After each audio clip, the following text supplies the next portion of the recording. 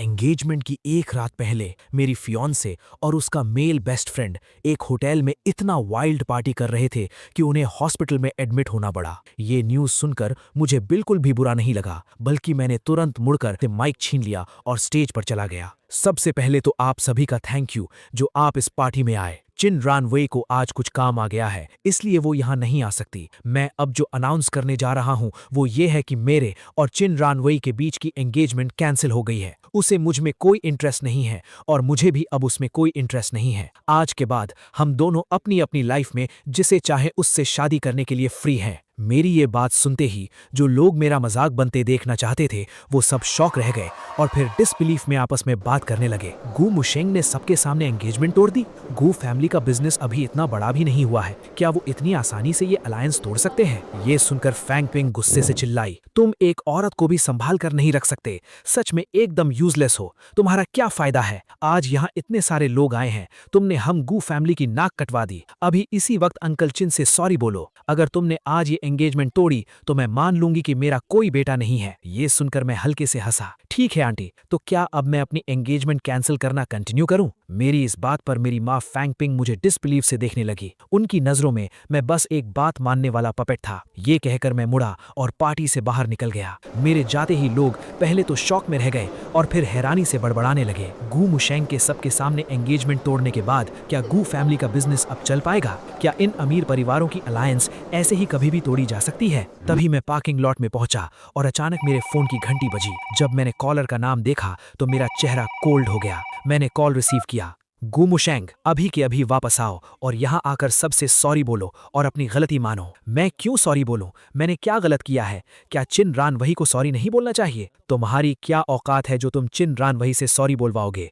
मैं तुम्हें वॉर्न कर रहा हूँ, हम चिन फैमिली से पंगा नहीं ले सकते। अच्छा होगा कि तुम चुपचाप बात मान लो। आज तुमने हमसे बिना डिस्कस किए एंगेजमेंट तोड़ने की अनाउंसमेंट क्यों की? क्या तुम्हारी नजरों में तुम्हारे पेरेंट्स की कोई वैल्यू है भी या नहीं? बचपन से लेकर आज तक तुमने कभी हमें शांति से जीने नहीं दिया। अब तुमने अपनी माँ को इतना गुस्सा दिलाया है कि वो बेहोश हो गई हैं। क्या तुम उनकी जान लेना चाहते हो? अगर वो बेहोश हो गई हैं तो उन्हें हॉस्पिटल ले जाना चाहिए, मुझे बताने का क्या फायदा? गू मुशेंग, मैं मान लेता हूं कि तुमने ऐसा कुछ नहीं कहा, लेकिन अगर तुम आज वापस नहीं आए तो दफा हो जाओ और कभी लौट कर मत आना। ठीक है, मैं अभी अपना सामान पैक करना शुरू करता हूँ। ये कहकर मैंने सीधा कॉल कट कर दिया। थोड़ी ही देर में गू ज़ेनहे ने फिर से कॉल किया। ड्राइविंग में डिस्टर्बेंस ना हो इसलिए मैंने सीधा उनका नंबर ब्लॉक कर दिया। कुछ ही देर में मैं अपने अपार्टमेंट बिल्डिंग के सामने पहुंच गया और सामने खड़े घर को देखने लगा। भले ही ये एक अमीर परिवारों की अलायंस थी, लेकिन सच तो यही है कि मैंने किन रानवे के पीछे 3 साल तक पागलों की तरह ट्राई किया था। किन रानवे को बाहर का खाना पसंद नहीं था, इसलिए मैंने कुकिंग सीखी। उसे क्लैनलीनेस पसंद थी, इसलिए मैं पूरे घर को एकदम क्लीन रखता था। सब कहते हैं कि शादी को दोनों लोगों को मिलकर चलाना पड़ता है। मैंने अपनी आंखें कसकर बंद की और अपने हाथों में रखी मेडिकल रिपोर्ट्स को फाड़कर फेंक दिया। थोड़ी ही देर में मैंने अपना सारा सामान पैक कर लिया और जो कपल मग्स और स्लिपर्स मैंने खरीदे थे वो सब कचरे में फेंक दिए। जाते वक्त मेरे हाथ में वो एंगेजमेंट रिंग आई। मैंने बॉक्स खोलकर उसे एक बार देखा और सीधा डस्टबिन में फेंक दिया। गुड बाय किन रानवे। अपनी नजरें हटाकर मैं अपना लगेज खींचते हुए वहां से चला गया। दूसरी तरफ हॉस्पिटल में किन रानवे को अचानक अपने दिल में एक घबराहट महसूस हुई। उसने सबकॉन्शियसली अपना फोन ढूंढने की कोशिश की, लेकिन काफी देर ढूंढने के बाद भी उसे नहीं मिला। हॉस्पिटल बेड पर लेटे हुए शेंग फेरान ने पूछा, क्या तुम अपना फोन ढूंढ रही हो? ये सुनकर किन रानवे को याद आया कि अपने मेल बेस्ट फ्रेंड के साथ टाइम बिताने के लिए उसने अपना फोन साइलेंट कर दिया था और do not disturb mode on कर दिया था। किन रानवे फोन ढूंढते देख शेंग फेरान ने अपना फोन निकाला और देखा कि लगभग 12 बज चुके हैं। अगर किन रानवे आज हॉस्पिटल नहीं आती तो इस वक्त वो मेरे साथ हर टेबल पर जाकर टोस्ट कर रही होती। उसके चेहरे पर एक स्मर्क आ गई, लेकिन फिर उसने तुरंत अपना एक्सप्रेशन बदल लिया। रानवे, अगर तुम्हें तुम्हारा फोन चाहिए तो मैं तुम्हें दे सकता हूँ। अगर तुम्हें कोई अर्जेंट काम है और जाना है तो तुम्हें मेरे साथ रुकने की जरूरत नहीं है। ये सुनकर किन रानवे ने सिर हिलाया और कहा, नहीं, मैं बस टाइम देखना चाहती थी। शेंग फेरान ने अपने फोन में देखकर कहा, बस 12 बजने वाले हैं। टाइम का सुनकर किन रानवे ने मसल स्प्रेन के साथ लेटे हुए शेंग फेरान की तरफ देखा। कल रात उसका प्लान था कि वो अपने मेल बेस्ट फ्रेंड को देखकर वापस लौट जाएगी, लेकिन 300 किलोमीटर ड्राइव करने में 3 घंटे लगते और वापस जाने में काफी लेट हो जाता। ऊपर से आज शेंग फेरान का बर्थडे भी था, इसलिए उसने बिना किसी हेजिटेशन के यहीं रुकने का फैसला किया। आखिर ये सिर्फ एक एंगेजमेंट पार्टी थी, कोई शादी थोड़े ही थी। उसके बिना भी किन फैमिली और गू मुशेंग वहां मौजूद थे। उसने सोचा कि आज रात वापस जाकर वो सब अच्छे से एक्सप्लेन कर देगी और कुछ होना हो मैं तो उसकी बात जरूर समझूंगा। कोई बात नहीं, शादी वाले दिन मैं उसे अच्छे से कॉम्पनसेट कर दूंगी। 12 बज चुके थे और लंच का टाइम हो गया था। किन रेनवी ने अपने असिस्टेंट से जो लंच अरेंज करवाया था वो भी आ गया। उसने खाने की तरफ देखा, डिशेस अच्छी लग रही थी। उसने चॉपस्टिक्स उठाई, थोड़ा सा टेस्ट किया और फिर रख दी। ये देखकर शेंग फेरान ने अपनी चॉपस्टिक्स रोक दी और पूछा, क्या खाना तुम्हारे टेस्ट के हिसाब से नहीं है? इस पर किन रेनवी ने जवाब दिया, मुझे अभी भूख नहीं है, कुछ खाने का मन नहीं कर रहा। लेकिन ये बात उसने शेंग फेरन से झूठ कही थी। उसकी ईटिंग हैबिट्स एकदम नॉर्मल थीं। सच तो ये था कि ये खाना मेरे बनाए खाने जितना टेस्टी नहीं था। वो पहले इतनी पिकी ईटर नहीं थी, लेकिन मेरे साथ रहने के बाद से मैं उसे अपने हाथ का खाना खिला खिलाकर बहुत पिकी बना चुका था। तभी किन रेनवी ने अचानक तेज आवाज में कहा, शेंग फेरान, मुझे एक बार अपना फोन देखना है। ये सुनकर शेंग फेरान ने ऐसा नाटक किया जैसे उसने कुछ सुना ही नहीं और चुपचाप अपने बोल से खाना खाता रहा। ये देखकर किन रेनवी, जो नॉर्मली बिल्कुल पेशेंट नहीं थी, उसने शेंग फेरान को मनाते हुए कहा, मैं बस ये देखना चाहती हूँ कि मुझे किसने मैसेज किया है। तुम टेंशन मत लो, मैसेज में चाहे जो भी लिखा हो मैं वापस नहीं जाऊंगी। मैंने तुमसे प्रॉमिस किया था कि मैं तुम्हारा बर्थडे तुम्हारे साथ सेलिब्रेट करूंगी और मैं अपना प्रॉमिस निभाऊंगी। ये सुनकर तुरंत शेंग फेरान ने उसका फोन उसे दे दिया। वैसे भी अब 12 बज चुके थे। अगर किन रेनवी सच में वापस जाना भी चाहे तो जब तक वो होटल पहुंचेगी पार्टी खत्म हो चुकी होगी। जब किन रेनवी ने अपना फोन चेक किया तो उसमें मिस्ड कॉल्स और मैसेजेस की लाइन लगी हुई थी। उसके दोस्तों के, पेरेंट्स के और सारे रिश्तेदारों के मैसेजेस थे, लेकिन सिर्फ मेरा एक भी मैसेज नहीं था। तब किन रेनवी को रियलाइज हुआ कि उसने आज एंगेजमेंट मिस कर दी और मुझे बताया तक नहीं। उसे लगा था कि मैं टेंशन में आ जाऊंगा, उसे बार बार कॉल करूंगा और मैसेजेस करूंगा, लेकिन मेरा एक भी मैसेज नहीं था। क्या मुझे उसकी कोई फिक्र नहीं थी? फोन चेक करते हुए उसे मेरा एक भी कॉल नहीं दिखा। पता नहीं क्यों, लेकिन उस वक्त उसे अपने दिल में एक अजीब सा खालीपन महसूस हुआ और जो खाना उसने अभी अभी खाया था उससे उसे अचानक नौजिया फील होने लगा। लेकिन उसने इस बारे में ज्यादा डीपली नहीं सोचा। आखिरकार मेरी और उसकी शादी होना तो एकदम फिक्स था। उसे लगा कि मैं इतनी सी बात पर कोई इश्यू क्रिएट नहीं करूंगा। फिर भी किन रॉनवी के दिल में बेचैनी बढ़ने लगी और उसने किसी तरह शेंग फेरान के साथ अपना खाना खत्म किया। किन रॉनवी ने उसके लिए फ्रूट्स काटे और उसे एक कप हर्बल टी बनाकर दी। एक ऐसी अमीर घराने की लड़की जिसने कभी घर का कोई काम नहीं किया था, वो आज खुद उसकी देखभाल कर रही थी, भले ही वो छोटी छोटी चीजें ही क्यों ना हो। ये देखकर शेंग फेरान को बहुत सेटिस्फैक्शन फील हुआ। किन रॉनवी वो औरत थी जिसे उसने अपने लिए चुना था और वो किसी भी कीमत पर किन रॉनवी को किसी और आदमी से शादी नहीं करने देगा। जब शेंग फेरान दोपहर की नींद ले रहा था तब मौका देखकर किन रॉनवी कमरे से बाहर निकली और अपने असिस्टेंट और ड्राइवर को अपने पास बुलाया। उसने डॉक्टर से पूछा कि क्या किसी का कॉल आया था उसके बारे में पूछने के लिए। ये सुनकर ड्राइवर ने अपना फोन निकाला और आज की कॉल हिस्ट्री किन रॉनवी को दिखा दी। किन रॉनवी ने पूरी हिस्ट्री चेक की, लेकिन उसे कहीं भी मेरा नंबर नहीं दिखा। अभी उसकी अपने पेरेंट्स से कांटेक्ट करने की हिम्मत नहीं हो रही थी, इसलिए उसने छुपकर अपनी बेस्ट फ्रेंड को कॉल किया ताकि पता कर सके कि होटल में अभी क्या सीन चल रहा है। जब मेरी बात आई तो किन रॉनवी को अंदर से बहुत गिल्ट फील हो रहा था। तभी फोन से उसकी बेस्ट फ्रेंड की घबराई हुई आवाज आई, रॉनवी, बहुत बड़ा डिजास्टर हो गया है। गू मुशेंग ने एंगेजमेंट तोड़ दी है। ये सुनकर किन रॉनवी एकदम सुन रह गई। क्या एंगेजमेंट तोड़ दी? हाँ, आज तुम्हारी एब्सेंस में गू मुशेंग ने सबके सामने अनाउंस कर दिया कि वो तुमसे एंगेजमेंट तोड़ रहा है। उसने ये भी कहा कि तुम्हें उसमें कोई इंटरेस्ट नहीं है और उसे भी अब तुम में कोई इंटरेस्ट नहीं है। आज के बाद तुम दोनों की लाइफ एकदम अलग है और तुम दोनों जिसे चाहो उससे शादी कर सकते हो। ये सुनकर किन रॉनवी ने फ्राउन किया और पूछा, मेरे पेरेंट्स का क्या रिएक्शन था? क्या किसी ने उसे रोका नहीं? गू फैमिली मुझे छोड़ने की परमिशन कैसे दे सकती है? इस पर उसकी बेस्ट फ्रेंड ने लगातार बोलना शुरू किया। गू मुशेंग एंगेजमेंट तोड़ने की अनाउंसमेंट करके सीधा वहां से चला गया। उसके पेरेंट्स वहां मौजूद सभी लोगों से माफी मांगते रहे। गू फैमिली का एटीट्यूड देखकर ऐसा लग रहा था कि वो किन फैमिली से रिश्ता नहीं तोड़ना चाहते। और सच कहूं तो अगर ये एंगेजमेंट टूट भी जाती है तो कोई बड़ी बात नहीं है। गू फैमिली किन फैमिली के बिना सरवाइव नहीं कर सकती। वैसे भी तुम्हें वो पसंद नहीं था। अगर ये चला गया तो कोई इससे बेहतर मिल जाएगा। गू मुशेंग का एंगेजमेंट तोड़ना उसी का लॉस है। ये सब सुनकर सिर्फ किन रॉनवी ही जानती थी कि मेरे जैसा लॉयल लड़का मिलना इम्पॉसिबल है। इस हाई सोसाइटी के अमीर लड़के हमेशा से बिगड़े हुए होते हैं। किन रॉनवी ने इस सर्कल में बहुत सारे एरोगेंट और ईगोइस्टिक मर्द देखे थे। मेरे जैसा अमीर और एकदम लॉयल इंसान मिलना बहुत रेयर था। सच तो ये था कि किन रॉनवी को मेरे जैसा दूसरा कोई मिल ही नहीं सकता था। फोन पर अपनी बेस्ट फ्रेंड को मेरा मजाक उड़ाते हुए सुनकर किन रॉनवी को अंदर ही अंदर बहुत अजीब और बेचैन सा फील होने लगा, जैसे उसके दिल में चींटियां रेंग रही हूं। इसका क्या मतलब था कि गू मुशेंग को अब मुझ में इंटरेस्ट नहीं है? जिस पागलपन से मैंने उसके पीछे भागकर उसे प्रपोज किया था, उसके एक इशारे पर हमेशा हाजिर रहता था। मेरी ऐसी डेडिकेशन देखकर कोई ये कैसे कह सकता है कि मुझे कोई परवाह नहीं थी? ये सब सोचते हुए किन रॉनवी ने बात काटने के लिए कहा, ठीक है, मुझे यहाँ कुछ काम है, मैं तुमसे बाद में बात करती हूँ। ये सुनकर उसकी बेस्ट फ्रेंड ने क्यूरियसली पूछा, क्या तुम अभी शेंग फेरान के साथ हो? तुम दोनों की किस्मत सच में खराब है। अगर शेंग फेरान के फैमिली बैकग्राउंड को इग्नोर कर दें तो तुम दोनों एक दूसरे के लिए परफेक्ट मैच हो। सच कहूं तो गलती तुम्हारे दादाजी की है जो बहुत ओल्ड फैशन्ड है। आज के जमाने में स्टेटस और क्लास कौन देखता है? अगर फैमिली बैकग्राउंड को छोड़ दें तो बाकी हर चीज में गू मुशेंग शेंग फेरान के सामने कुछ भी नहीं है। अपनी फ्रेंड की ये बातें सुनकर किन रानवे के दिल में एक अजीब सी इरिटेशन पैदा हुई, लेकिन फिर भी किन रानवे ने मुझे डिफेंड नहीं किया। उसे डर था कि अगर उसने मेरी साइड ली तो लोगों को लगेगा कि उसे सच में मेरी बहुत परवाह है। तब किन रानवे ने कोल्ड टोन में कहा, मुझे यहाँ कुछ काम है, मैं कॉल डिस्कनेक्ट कर रही हूँ। कॉल कट करने के बाद किन रानवे दीवार के सहारे खड़ी हो गई। उसने कई बार अपना फोन उठाया और फिर नीचे रख दिया। स्क्रीन पर मेरा फोन नंबर दिख रहा था। उसने बहुत देर तक हेजिटेट किया, लेकिन एंड में उसने मुझे कॉल नहीं किया। अमीर परिवारों की अलायंस में बहुत सारे प्रॉफिट और बिजनेस इन्वॉल्व होते हैं। ये कोई नॉर्मल रिलेशनशिप नहीं है जहां छोटी सी बात पर ब्रेकअप कर लिया जाए। और वो दोनों तो एंगेजमेंट वाली स्टेज तक पहुंच चुके थे। वो इतनी आसानी से पीछे कैसे हट सकता है? वो खुद को कंप्लेन करने से नहीं रोक पाई। मैं इतनी इंपल्सिव कैसे हो सकती हूँ? क्या मैंने अपने बारे में एक बार भी नहीं सोचा? बात यहाँ तक पहुंचने के बाद गू फैमिली को इससे क्या फायदा होगा? शेंग फेरान अपनी छोटी सी नींद से जाग गया और दोनों ने ही एंगेजमेंट वाली बात को पूरी तरह से इग्नोर कर दिया। भले ही किन रानवे का दिमाग कहीं और था, लेकिन फिर भी उसने शेंग फेरान के सामने अपना फोन बार बार चेक करने की अर्ज को कंट्रोल कर लिया। शाम की 6 बजे असिस्टेंट एक बर्थडे केक लेकर आया। भले ही आज शेंग फेरान का बर्थडे था, लेकिन शेंग फेरान ने केक का फ्लेवर किन रानवे की पसंद का मंगवाया था। किन रानवे ने कैंडल्स लेकर उन्हें जलाया और शेंग फेरान को विश मांगने के लिए कहा। शेंग फेरान ने अपनी आंखें बंद की और कहा, मेरी विश है कि किन रानवे हर दिन खुश रहे और मेरे हर बर्थडे पर तुम मेरे साथ रहो। ये सुनकर किन रानवे ने अपने मेल बेस्ट फ्रेंड की उम्मीद भरी नजरों में देखा और कहा, क्या विश जोर से बोलने से वो पूरी नहीं होती? शेंग फेरान ने कहा, क्या सच में ऐसा होता है? मैं नहीं मानता। ये विश पूरी होना इम्पॉसिबल नहीं था। सब कुछ इस बात पर डिपेंड करता था कि किन रानवे का उसके लिए एटीट्यूड कैसा है। शेंग फेरान ने केक का एक पीस काटकर किन रानवे की प्लेट में रखा और कहा, तुमने लंच में ठीक से कुछ नहीं खाया था। अब तक तो तुम्हें बहुत भूख लग गई होगी। किन रानवे ने जवाब दिया, मैं ठीक हूँ। ये देखकर किन रानवे ने केक के ऊपर लगी चेरी खा ली। उसका मीठा रस उसके मुंह में भर गया, लेकिन उसे ऐसा फील हुआ जैसे वो मोम चबा रही हो। उसके दिमाग में बस एक ही बात चल रही थी, वापस जाने के बाद मैं गू मुसेंग को फेस कैसे करूंगी? शेंग फेरान ने नोटिस कर लिया कि उसका ध्यान कहीं और है।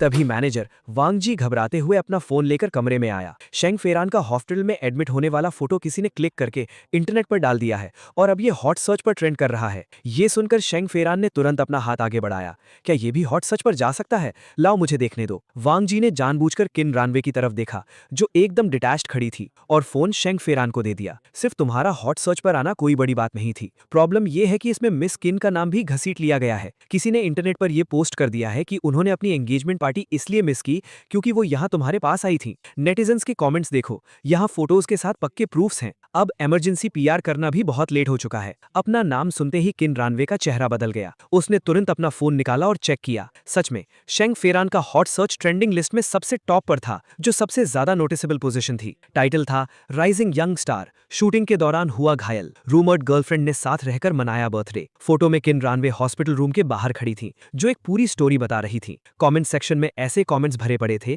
जो मेरी बेइज्जती कर रहे थे और कह रहे थे कि वो किसी और का रिलेशनशिप बर्बाद कर रही है। ये सब देखकर किन रानवे की आंखें भड़कने लगी। किन रानवे ने कभी सपने में भी नहीं सोचा था कि मेरी एंगेजमेंट तोड़ने वाली बात भी लीक हो जाएगी। होटल की मैनेजमेंट कैसी है? वो लोगों की प्राइवेसी कैसे लीक कर सकते हैं? तभी शेंग फेरान ने फोन नीचे रखा, किन रानवी का हाथ पकड़ा और कहा, इंटरनेट पर लोग बिना कुछ जाने बातें बनाते हैं, मुझे अपनी कोई परवाह नहीं है, लेकिन तुम्हारी और गू मुशांग की एंगेजमेंट का जो तमाशा बना है, क्या तुम चाहती हो कि मैं इंटरनेट पर जाकर कुछ क्लैरिफाई करूं? ये सुनकर किन रानवी का चेहरा कोल्ड हो गया। क्लैरिफाई क्या करना है? इसमें तुम्हारी कोई गलती नहीं है। मैं खुद यहाँ आई हूँ, तुम बस आराम करो, इंटरनेट का मैटर मैं खुद हैंडल कर लूंगी। ये सुनकर शेंग फेरान ने गहरी सांस ली और कहा, सब मेरी वजह से हुआ है, मेरी ही वजह से गू मुशेंग ने एंगेजमेंट तोड़ी है। मैनेजर वांग जी उन दोनों को देख रहा था। उसे पता था कि शेंग फेरान जिस एंटरटेनमेंट कंपनी में काम करता है वो किन फैमिली की ही है। शुरुआत में शेंग फेरान का कॉन्ट्रैक्ट भी खुद किन रानवी ने ड्राफ्ट किया था। शेंग फेरान इतनी जल्दी इंडस्ट्री में पॉपुलर हो पाया था तो वो भी सिर्फ किन रानवी के सपोर्ट की वजह से। और किन रानवी और शेंग फेरान का ये एम्बिगुअस रिलेशनशिप उनके सर्कल में किसी से छुपा नहीं था, बस खुलकर सामने आना बाकी था। वांग जी तो चाहता था कि ये दोनों बस अपना रिलेशनशिप ऑफिशियल कर लें। अगर शेंग फेरान किन फैमिली से जुड़ गया तो उसका करियर एकदम आसमान छूने लगेगा। तभी वांग जी को शेंग फेरान का इशारा मिला। उसने अपना गला साफ किया और पूछा, मिस किन, क्या आप चाहती हैं कि मैं जाकर मिस्टर गू को एक्सप्लेन करूं? ये सुनकर किन रानवी ने अपना हाथ पीछे खींच लिया और कहा, नहीं, इसकी जरूरत नहीं है। शेंग फेरान खुशी होने वाला था कि तभी किन रानवी ने आगे कहा, पीआर टीम से कहो कि वो कोई और बड़ी खबर लीक करे ताकि ये हॉट सर्च दब जाए। पहले नेटिजन्स का ध्यान भटकाओ, कुछ दिनों में सब नॉर्मल हो जाएगा। एंटरटेनमेंट इंडस्ट्री में हमेशा कोई ना कोई नई खबर आती ही रहती है। जहां तक गू मुशेंग की बात है, मैं उसे खुद एक्सप्लेन कर दूंगी, वो समझ जाएगा। ये सुनकर शेंग फेरान का चेहरा एकदम से गिर गया। किन रानवी अपना ईगो साइड में रखकर खुद जाकर मुझे एक्सप्लेन करने वाली थी। ऐसा लग रहा था कि उसके दिल में मेरी वैल्यू काफी ज्यादा थी। वो तुरंत खड़ी हुई और बोली, मैं बाहर जाकर एक कॉल करती हूँ। शैंग फेरान ने देखा कि उसका मूड बहुत खराब है, इसलिए उसने कोई नखरे दिखाकर उसे रोकने की कोशिश नहीं की, बस उसे कमरे से बाहर जाते हुए देखता रहा। पास खड़े वांग जी ने धीरे से कहा, कहीं मिस किन सच में गू मुशेंग को पसंद तो नहीं करने लगी है। ये सुनकर शैंग फेरान का चेहरा डार्क हो गया। उसका 5 साल के लिए विदेश जाना शायद बहुत लंबा समय था, इतना लंबा कि किन रानवी की फीलिंग्स किसी और के लिए बदल गई। उसे पहले ही समझ जाना चाहिए था कि किन रानवेई जैसी औरतें आसानी से मर्दों को अपनी तरफ अट्रैक्ट कर लेती हैं। भले ही वो हॉस्पिटल में था, लेकिन एंगेजमेंट पार्टी में जो कुछ भी हुआ था उसे उसकी पूरी खबर थी। लड़की पार्टी छोड़कर भाग गई और लड़के ने एंगेजमेंट तोड़ दी। शुरुआत में किन फैमिली ने उसे रिजेक्ट कर दिया था और किन रानवेई के लिए ही शादी फिक्स कर दी थी। अब जब ये सब इतना बड़ा तमाशा बन गया था और इंटरनेट पे लोग उनका मजाक उड़ा रहे थे, तो उसे लग रहा था कि ये सब उनके अपने ही कर्मों का फल है। शैंग फेरान ने एक कोल्ड हंसी हंसी। अगर वो उसे पसंद करने भी लगी है तो क्या वो एंगेजमेंट नहीं तोड़ रहा है? और अगर ये एंगेजमेंट नहीं भी टूटी, तब भी मैं उन दोनों को सुकून से जीने नहीं दूंगा। इस बीच बाहर जाकर किन रानवेई ने पीआर टीम को कॉल किया और इस हॉट सर्च को सप्रेस करने का ऑर्डर दिया। कॉल कट करने के बाद जब उसने वीबो चेक किया तो उसने देखा कि किसी ने उसका पर्सनल अकाउंट भी ढूंढ निकाला था। उसे लगा था कि बात शांत हो जाएगी, लेकिन उसके प्राइवेट मैसेजेस और कमेंट्स 99+ से भी ज्यादा तेजी से बढ़ रहे थे। अब इस मामले को चुपचाप दबाना इम्पॉसिबल था।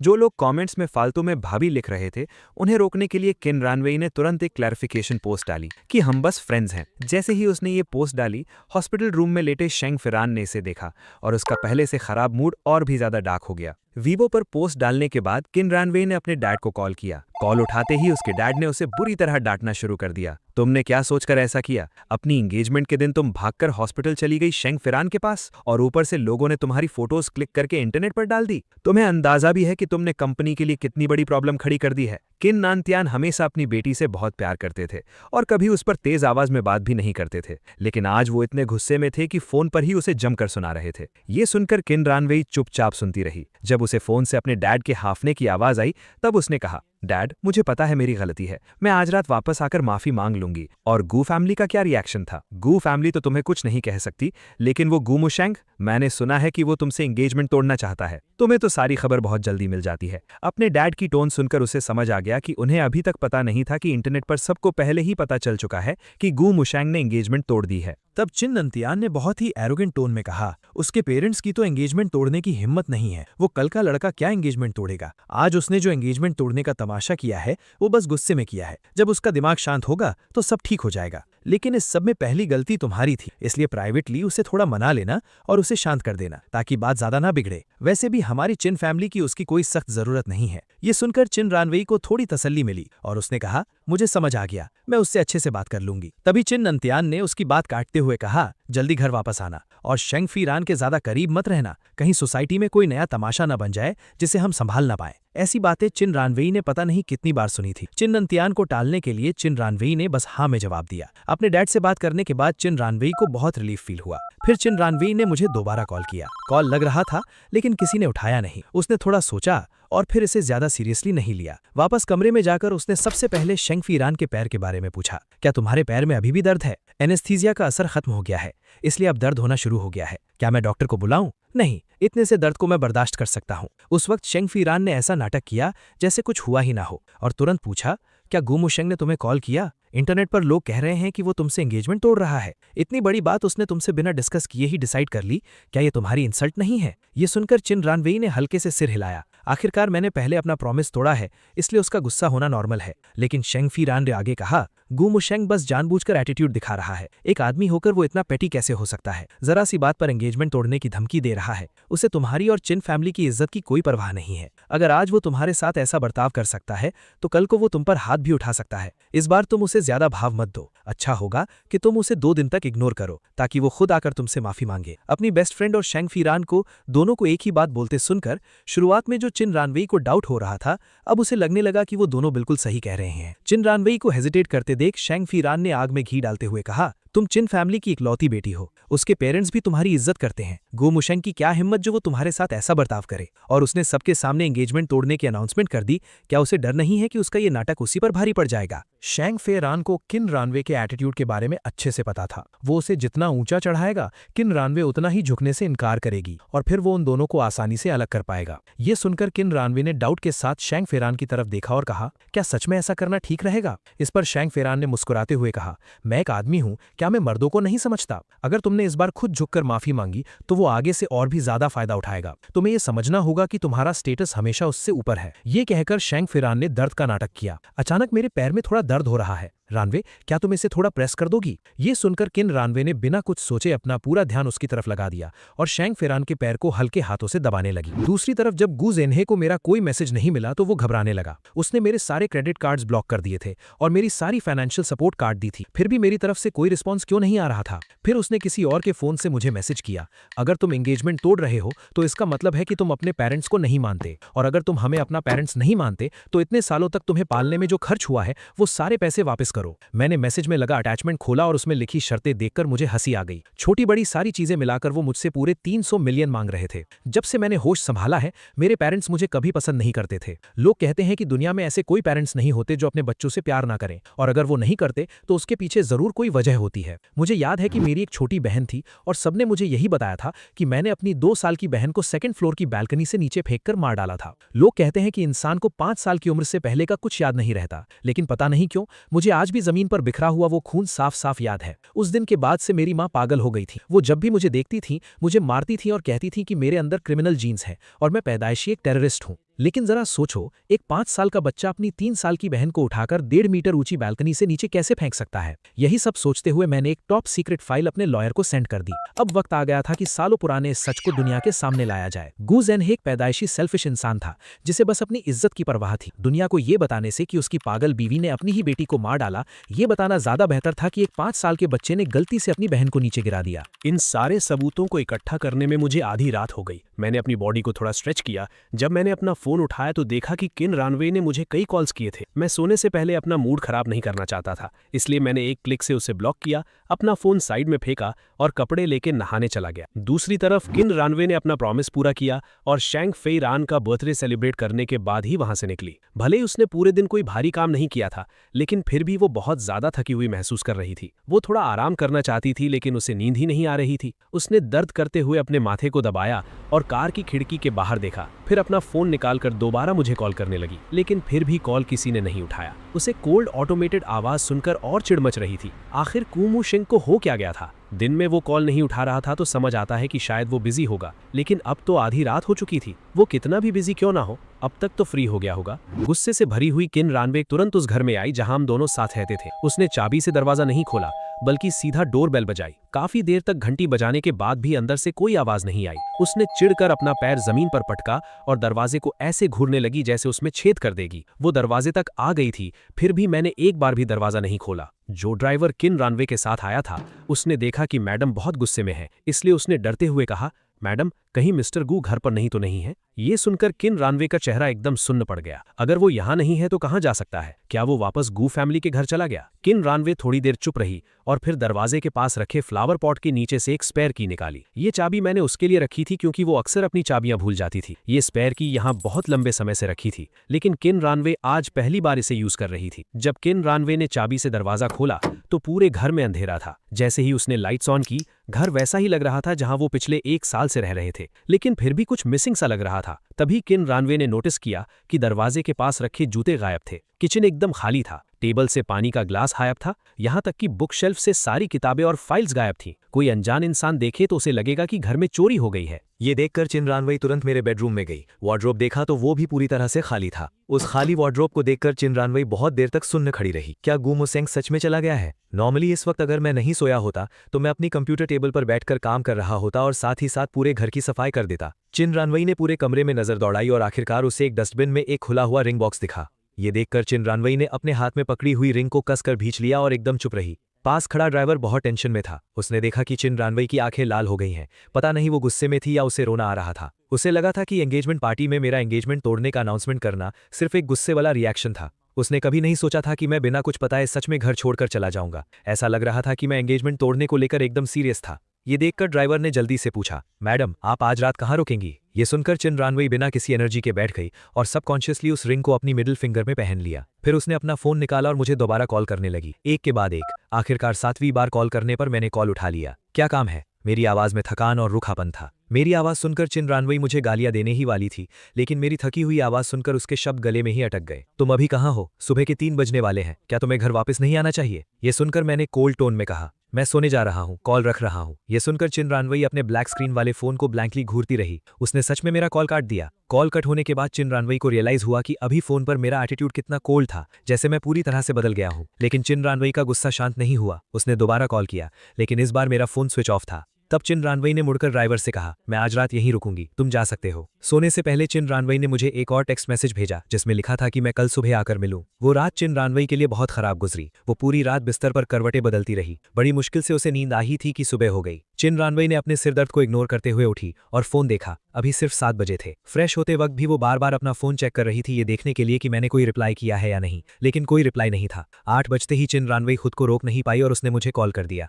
इस बार मैंने बहुत जल्दी कॉल उठा लिया। चिन रानवे ने कोल्ड और गुस्से वाली आवाज में पूछा, तुम कब आ रहे हो? ये सुनकर मैंने बहुत ही कोल्ड टोन में जवाब दिया, मैं ब्रेकफास्ट कर रहा हूँ। अगर तुम्हें मुझसे मिलना है तो जोंगर स्ट्रीट के उस कैफे में आ जाओ, वो तुम्हारे वहां से ज्यादा दूर नहीं है। ये सुनकर चिन रानवे ने फ्राउन किया, क्या मैंने तुम्हें मेरे पास आने को नहीं कहा था? इस पर मैंने कोल्ड हंसी के साथ कहा, बात तुम्हें करनी है मुझसे, अगर नहीं करनी तो भूल जाओ, मैं आज बहुत बिजी हूँ। ये सुनकर चिन रानवे को डर लगा कि कहीं मैं फिर से कॉल ना काट दूं, इसलिए उसने अपना गुस्सा कंट्रोल करते हुए दांत पीस कर कहा, ठीक है तो 9 बजे मिलते हैं। कॉल कट करने के बाद चिन रानवे ने थोड़ा मेकअप किया ताकि उसका चेहरा कम थका हुआ लगे। टाइम होने पर चिन रानवे बिना किसी जल्दबाजी के कैफे पहुंच गई। जब वो पहुंची तो मैं पहले से ही वहां था। मुझे देखकर चिन रानवे के स्टेप्स थोड़े स्लो हो गए। आज मैं बहुत अलग लग रहा था, नॉर्मल से कहीं ज्यादा अट्रैक्टिव। चिन रानवे को अपने सामने बैठते देख मैंने कोल्ड टोन में कहा, जो पीना है QR कोड स्कैन करके खुद ऑर्डर कर लो। ये सुनकर चिन रानवे मुझे बड़ी बड़ी आंखों से घूरने लगी। उसकी आंखों में लाल नसें दिख रही थीं, जैसे उसके साथ बहुत बुरा बर्ताव किया गया हो। तभी चिन रानवे ने अचानक कहा, क्या तुम्हें मुझे कोई एक्सप्लेनेशन नहीं देनी है? कैसी एक्सप्लेनेशन? तुमने अचानक घर क्यों छोड़ दिया? ये सुनकर मैं एक पल के लिए हैरान हुआ। मैंने एंगेजमेंट तोड़ दी है तो अब साथ रहना ठीक नहीं है ना? मेरे मुंह से ये बात एक्सेप्ट होते सुनकर चिन रानवे ने डिसबिलीफ में अपनी आवाज तेज करते हुए कहा, क्या तुम सच में मुझसे एंगेजमेंट तोड़ रहे हो? इस बात पर मैंने मुस्कुराते हुए जवाब दिया, कल रात का हॉट सर्च मैंने भी देखा। तुम और शेंग फेरान एक दूसरे से प्यार करते हो। तुमने उसके लिए अपनी एंगेजमेंट छोड़ी और उसके साथ उसका बर्थडे सेलिब्रेट किया। मुझे उसकी तरफ तुम्हारी फीलिंग्स पर पूरा भरोसा है, इसलिए मैं तुम्हें फोर्स नहीं करूंगा। जबरदस्ती का रिश्ता कभी खुशियां नहीं देता। ये सुनकर चिन रानवे के माथे की सिकुड़न थोड़ी कम हुई। अगर तुम शेंग फेरान की वजह से मुझ पर गुस्सा हो तो मैं एक्सप्लेन कर सकती हूँ। कल मैं जानबूझकर अपना प्रॉमिस तोड़कर शेंग फेरान का बर्थडे मनाने नहीं गई थी। वो शूटिंग के दौरान घायल हो गया था। मेरे मैनेजर ने मुझे बताया था कि उसकी चोट बहुत गहरी है। मुझे डर था कि कहीं कुछ बहुत बुरा ना हो जाए। गोमुसेन, हमारी एंगेजमेंट पार्टी हम फिर से रख सकते हैं। जो भी नेगेटिव इम्पैक्ट पड़ा है उसे चिन फैमिली सॉल्व कर लेगी। अगर तुम्हें कोई कॉम्पनसेशन चाहिए तो बस मांग लो, जो भी मैं पूरी कर सकती हूँ मैं जरूर करूंगी। चिन रानवे को पहली बार इस तरह झुकते हुए देखकर मैंने हैरानी से अपनी आईब्रो उठाई। मैंने अपनी बात एकदम क्लियर कर दी है, हमारे बीच कोई फीलिंग्स नहीं है।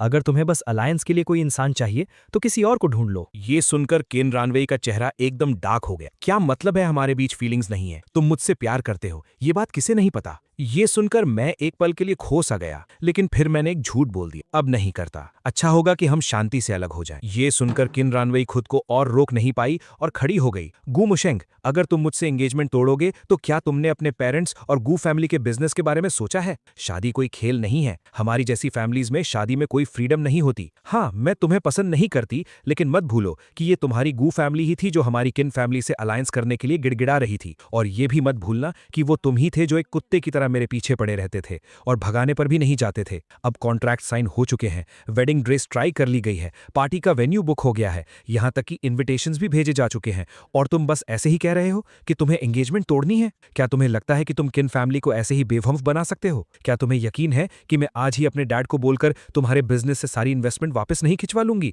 और तुम्हें रोंग सेंस से बाहर नहीं फिकवा लूंगी? ये सुनकर मैं कोल्ड टोन में हंसा। मैंने पहले ही गू फैमिली से सारे रिश्ते तोड़ लिए हैं। तुमने जैसे पैसे दिए हैं जाकर उसी से मांगो। किन रानवे, मैं तुम्हें बता दूं, मुझे धमकियां देने की कोशिश मत करना। तुम्हारी किन फैमिली बहुत पावरफुल है। अगर तुम मेरी लाइफ बर्बाद करना चाहो तो सच में मेरे पास लड़ने की ताकत नहीं है, लेकिन ये दुनिया बहुत बड़ी है। मैं नहीं मानता कि तुम्हारी किन फैमिली का पूरी दुनिया पर राज चलता है। तुमने मुझे कहा कि मैं कुत्ते की तरह पीछे पड़ा था, लेकिन कुत्ते किसे चाटना पसंद करते हैं? ध्यान से सोचो, कहीं तुम खुद को ही गाली नहीं दे रही? इंसान की बर्बादी आती है तो वो सब कुछ दांव पर लगा देता है। अगर मैं सुकून से नहीं जी पाऊंगा तो मैं किसी और को भी चैन से जीने नहीं दूंगा। ये कहकर मैंने अपने सामने रखी कॉफी का एक घूंट लिया और वहां से उठकर चला गया। ये सुनकर किन रानवे का पूरा शरीर गुस्से से कांपने लगा। वो तुरंत खड़ी हुई और तेज आवाज में चिल्लाई, गू मुशेंग, क्या तुम्हें लगता है कि मैं तुम्हारे बिना जी नहीं सकती? मेरे बिना तुम्हारी कोई औकात नहीं है। उसके ऐसा चिल्लाते ही सारे कैफे के लोग हैरानी से उस तरफ देखने लगे। फिर किन रानवे ने अपने राइट हैंड की रिंग को देखा। जब से वो यहाँ आई थी उसका हाथ टेबल पर ही था। क्या मैंने इतनी ऑब्वियस रिंग नोटिस भी नहीं की? चिन रैनवे ने गुस्से से वो रिंग उतारी और उसे फेंकना चाहा, लेकिन जब उसने डस्टबिन की तरफ निशाना लगाया तो वो एकदम सुन्न पड़ गई और अपने हाथ में पकड़ी रिंग को देखने लगी। उसे अभी भी यकीन नहीं हो रहा था कि मैं सच में गू फैमिली से रिश्ते तोड़ सकता हूं। खुद को शांत करने के बाद वो फिर से अपने उसी एरोगेंट मिस्किन वाले एटीट्यूड में आ गई। कैफे से बाहर निकलने के बाद मैंने तुरंत अग्रीमेंट पेपर्स प्रिंट करवाए। फिर अपना फोन निकालकर मैंने गू ज़ेहेन को ब्लैक लिस्ट से हटाया और उसे कॉल किया। गू ज़ेहेन ने कॉल उठाया तो उसे लगा कि मैं माफी मांगने के लिए कॉल कर रहा हूं। उसने कहा, रात भर सोचने के बाद अब तुम्हें अपनी गलती का एहसास हो गया ना? मैंने और तुम्हारी माँ ने सब डिसाइड कर लिया है। कुछ अच्छे गिफ्ट्स तैयार करो और हमारे साथ किन फैमिली के घर चलो। तुम अंदर मत आना, बस उनके घर के मेन गेट पर घुटनों के बल बैठकर माफी मांगना। कहना कि कल जो हुआ वो बस तुम्हारे गुस्से का रिएक्शन था। पहले अंकल किन से माफी मांगना और फिर किन रैनवे को अच्छे से मना लेना। ये सुनकर मैंने इरिटेटेड होकर उसकी बात काटी। मिस्टर गू, शायद आपको कोई गलत फहमी हुई है। मैंने आपको कॉल इसलिए किया है ताकि मैं आप सबसे हमेशा के लिए रिश्ते तोड़ सकूं, इसलिए नहीं कि मैं वापस आकर तुम्हारा कुत्ता बन जाऊं। एक पल के सन्नाटे के बाद गू ज़ेहेन ने डिसबिलीफ में कहा, तुम क्या बकवास कर रहे हो? क्या आपने कल नहीं कहा था कि अगर मुझे एंगेजमेंट तोड़नी है तो मुझे तुम सबसे रिश्ते तोड़ने पड़ेंगे? मैंने लॉयर से अग्रीमेंट पेपर्स प्रिंट करवा लिए हैं। मैं अभी तुम्हारे पास आ रहा हूं, बस तुम्हें साइन करने हैं। ये सुनकर गू ज़ेहेन बुरी तरह भड़क गया। गू मुसिंग, तुम्हें अंदाजा भी है कि तुम क्या बोल रहे हो? क्या तुम्हारे पर निकल आए हैं जो तुम मुझसे इस तरह बात कर रहे हो? ये सुनकर मुझे गुस्सा नहीं आया, बल्कि मैं मुस्कुरा कर कहा, अगर आपको मेरी बातें सुनना पसंद नहीं है तो एक बार रिश्ते टूट जाएं, फिर आपको कुछ नहीं सुनना पड़ेगा। दोपहर 2 बजे मैं गू फैमिली के घर पहुंच जाऊंगा। ये कहकर मैंने सीधा कॉल डिस्कनेक्ट कर दिया। तभी मुझे अचानक याद आया कि गू ज़ेहेन ने रिसेंटली एक मिस्ट्रेस रखी है। अगर मेरी माँ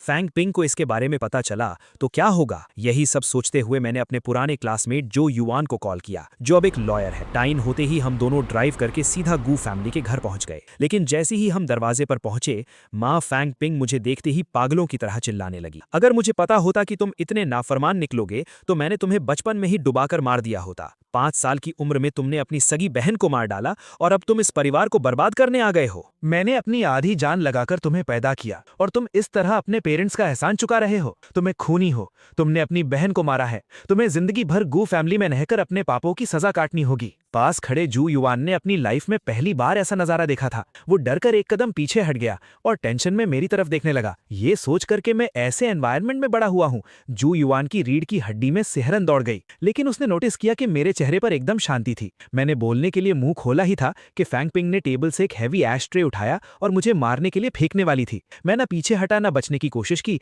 बस सीधा उसे घूरता रहा। मिस फैंग, क्या आप पक्का एक लॉयर के सामने पागलपन का तमाशा करना चाहती हैं? अगर आज आपने मुझ पर हाथ उठाया तो मैं तुरंत पुलिस को कॉल करूंगा और केस फाइल कर दूंगा।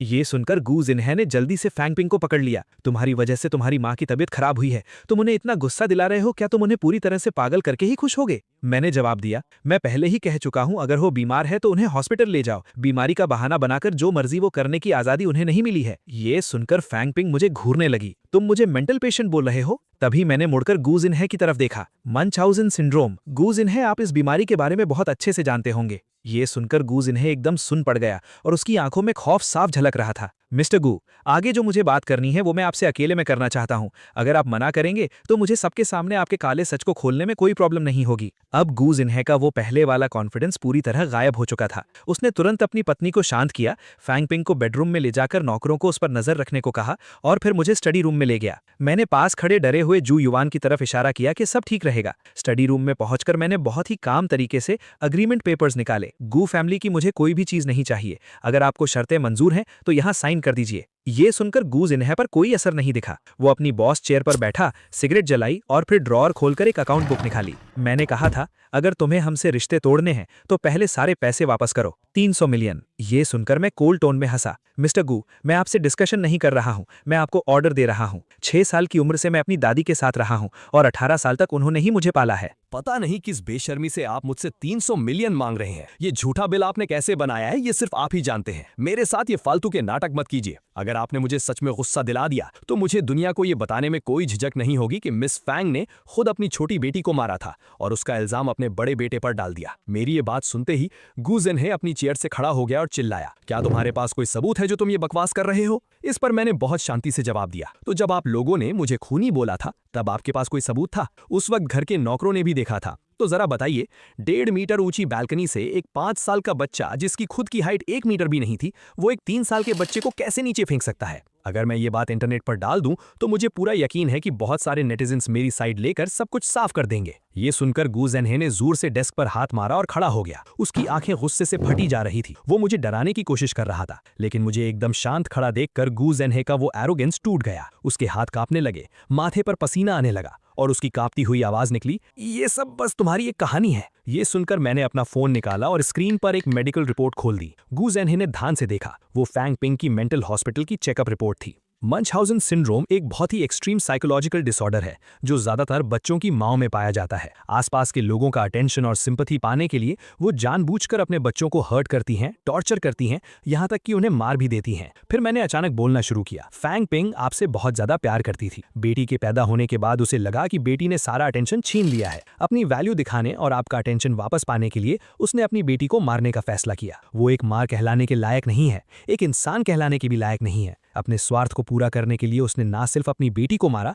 बल्कि अपने बेटे की जिंदगी भी बर्बाद कर दी। अपनी बात पूरी करते हुए मैंने अपने दोनों हाथ डेस्क पर रखे, थोड़ा आगे झुका और गू जिन्हे के करीब आकर कहा, सच को छुपाने के लिए आपने इस घर को पूरी तरह से रेनोवेट करवा दिया और 2nd फ्लोर की बैल्कनी को ग्लास से पैक करवा दिया, लेकिन मेरे पास आज भी उस वक्त की पुरानी फोटोज मौजूद हैं। 2nd फ्लोर की बैल्कनी इतनी ऊंची थी कि सिर्फ एक अडल्ट इंसान ही 3 साल के बच्चे को उठाकर नीचे फेंक सकता था। उस वक्त वहां सिर्फ मेरी माँ मौजूद थी, इसलिए वही असली खूनी है। उन्हें बचाने और सच को छुपाने के लिए आपने मेरी जिंदगी बर्बाद कर दी और मुझे खूनी बना दिया। इतने सालों में जब भी मैंने खुद को बेकसूर साबित करने की कोशिश की, उन्होंने पागल होने का नाटक शुरू कर दिया। आप ही बताइए, अगर मैं ये सारी कहानी इंटरनेट पर डाल दूं तो दुनिया गू फैमिली के बारे में क्या सोचेगी? क्या पुलिस इस केस को दोबारा ओपन नहीं करेगी? क्या तब गू फैमिली अपनी इज्जत बचा पाएगी? तुम्हारी हिम्मत कैसे हुई? गू जिन्हे के चेहरे पर जरा सी भी शांति नहीं बची थी। ये देखकर मैं हल्के से हंसा। खुद देख लो कि मुझ में हिम्मत है या नहीं। मेरे साथ शर्त लगाने की कोशिश मत करना, क्योंकि तुम हार जाओगे। बस यहाँ साइन कर दो, इससे पहले कि मेरा पेशेंस खत्म हो जाए। अगर तुमने ज्यादा देर की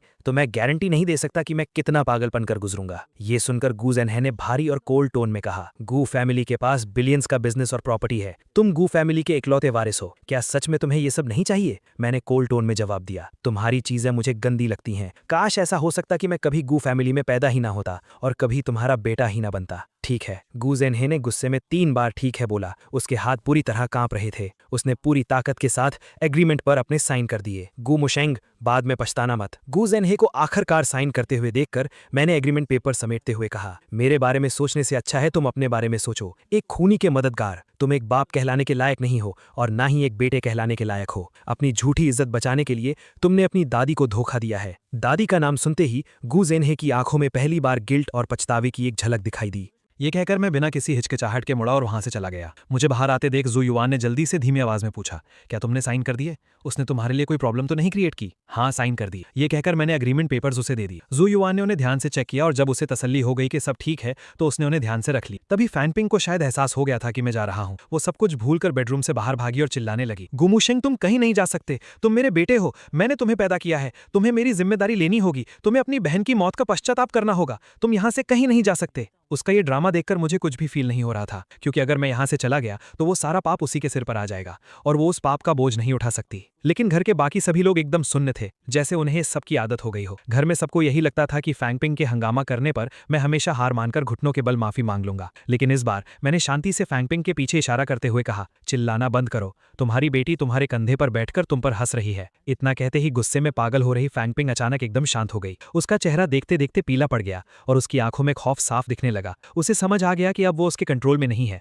वो जोर जोर से चीखने लगी। इस बार वो सच में पागल हो गई थी। जो लोग पागलपन का नाटक करते हैं वो एक दिन सच में पागल हो ही जाते हैं। उसकी चीखें पूरे हॉल में गूंज रही थी। फैंगपिंग जमीन पर गिर पड़ी और अपने बाल नोचने लगी। ये आवाज सुनकर गू ज़नहे भी स्टडी रूम से बाहर आ गया। अपनी पागल पत्नी और मुझ जैसे कोल्ड बेटे को देखकर वो खुद से पूछने लगा कि क्या इतने सालों में वो सच में गलत था। तमाशा खत्म हो चुका था। मैंने डरे हुए जू युवान को बुलाया और कहा, चलो चलते हैं। मुझे सच में जाता हुआ देखकर फैंगपिंग ने चिल्लाना बंद किया और बोली, तुम कहीं नहीं जा सकते। अगर तुम चले गए तो किन फैमिली के साथ हमारी डील का क्या होगा? उसने अपने पति की तरफ देखकर कहा, इसे बांध दो और बेसमेंट में बंद कर दो। गू ज़नहे को कुछ न करते देख फैंगपिंग ने मेरी तरफ देखकर चिल्लाई, गुमुशेंग वापस आओ, अगर तुम गए तो मैं अपनी जान दे दूंगी। ये सुनकर मेरे कदम रुक गए। मैंने मुड़कर कहा, तुम्हें जैसे मरना है मरो, कम से कम मरने के बाद तुम अपनी बेटी से माफी तो मांग सकोगी। मेरी बात सुनकर गू ज़नहे ने मुझे टोकते हुए कहा, गोमुशेंग बस करो। बस करूं? क्या बस करूं? वो मरने की धमकी दे रही है। क्या ये मुझे डराने के लिए नहीं है? इतने सालों में उसने ये नाटक हजारों बार किया है, लेकिन वो कभी नहीं मरी। मैं अब ये सब देखकर थक चुका हूं। गू ज़नहे का शरीर कांप रहा था।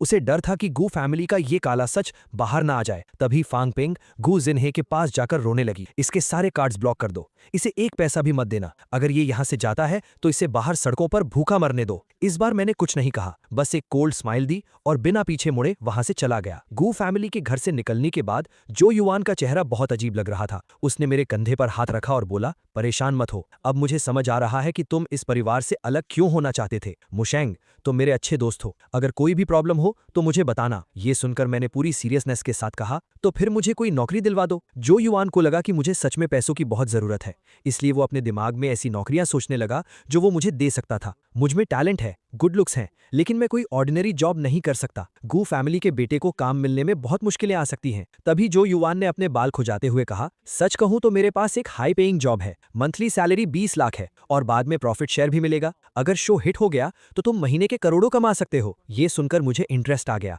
कौन सी जॉब है? ये एक slow paced romance variety show है, नाम है लव ऑन द जर्नी। जो युवान ने मुझे शो की डिटेल्स दी, जैसे जैसे मैं सुन रहा था मुझे कुछ याद आने लगा। शो का नाम सुनकर मुझे एकदम से याद आ गया कि ये तो वही रोमांस वैरायटी शो है। मैंने अपना सिर हिलाया और कहा, मुझे डायरेक्टर का नंबर दो, मैं उससे बात करूंगा। मुझे इतनी जल्दी राजी होते देख जो युवान थोड़ा हैरान हुआ, लेकिन फिर जल्दी से बोला, तुम्हारी सिचुएशन देखकर मुझे नहीं पता डायरेक्टर क्या कहेगा। तुम अभी बहुत फेमस हो गए हो, पूरा इंटरनेट तुम्हारे बारे में बातें कर रहा है। भले ही लोग अच्छी बातें नहीं कर रहे, लेकिन तुम्हारे नाम के साथ बहुत अटेंशन जुड़ा हुआ है। अगर तुम इस शो में गए तो हो सकता है तुम अपनी इमेज साफ कर सको। कुछ ही देर बाद जब डायरेक्टर को पता चला कि जो युवान मुझे शो के लिए रेकमेंड कर रहा है, तो उसने तुरंत मुझसे मिलने की इच्छा जताई। मुझे लगा था कि हम पहले मिलेंगे, डिस्कस करेंगे और फिर वो डिसाइड करेगा, लेकिन डायरेक्टर तो सीधा कॉन्ट्रैक्ट लेकर आ गया था। मिस्टर गू, मैंने आपके बारे में सुना है और मैं आपको अपने शो में बहुत खुशी से वेलकम करूंगा। ये कॉन्ट्रैक्ट है, अगर आपको सब ठीक लगे तो साइन कर दीजिए। कॉन्ट्रैक्ट पढ़कर मैंने फ्राउन किया। डायरेक्टर, क्या आपको एक बार और नहीं सोचना चाहिए?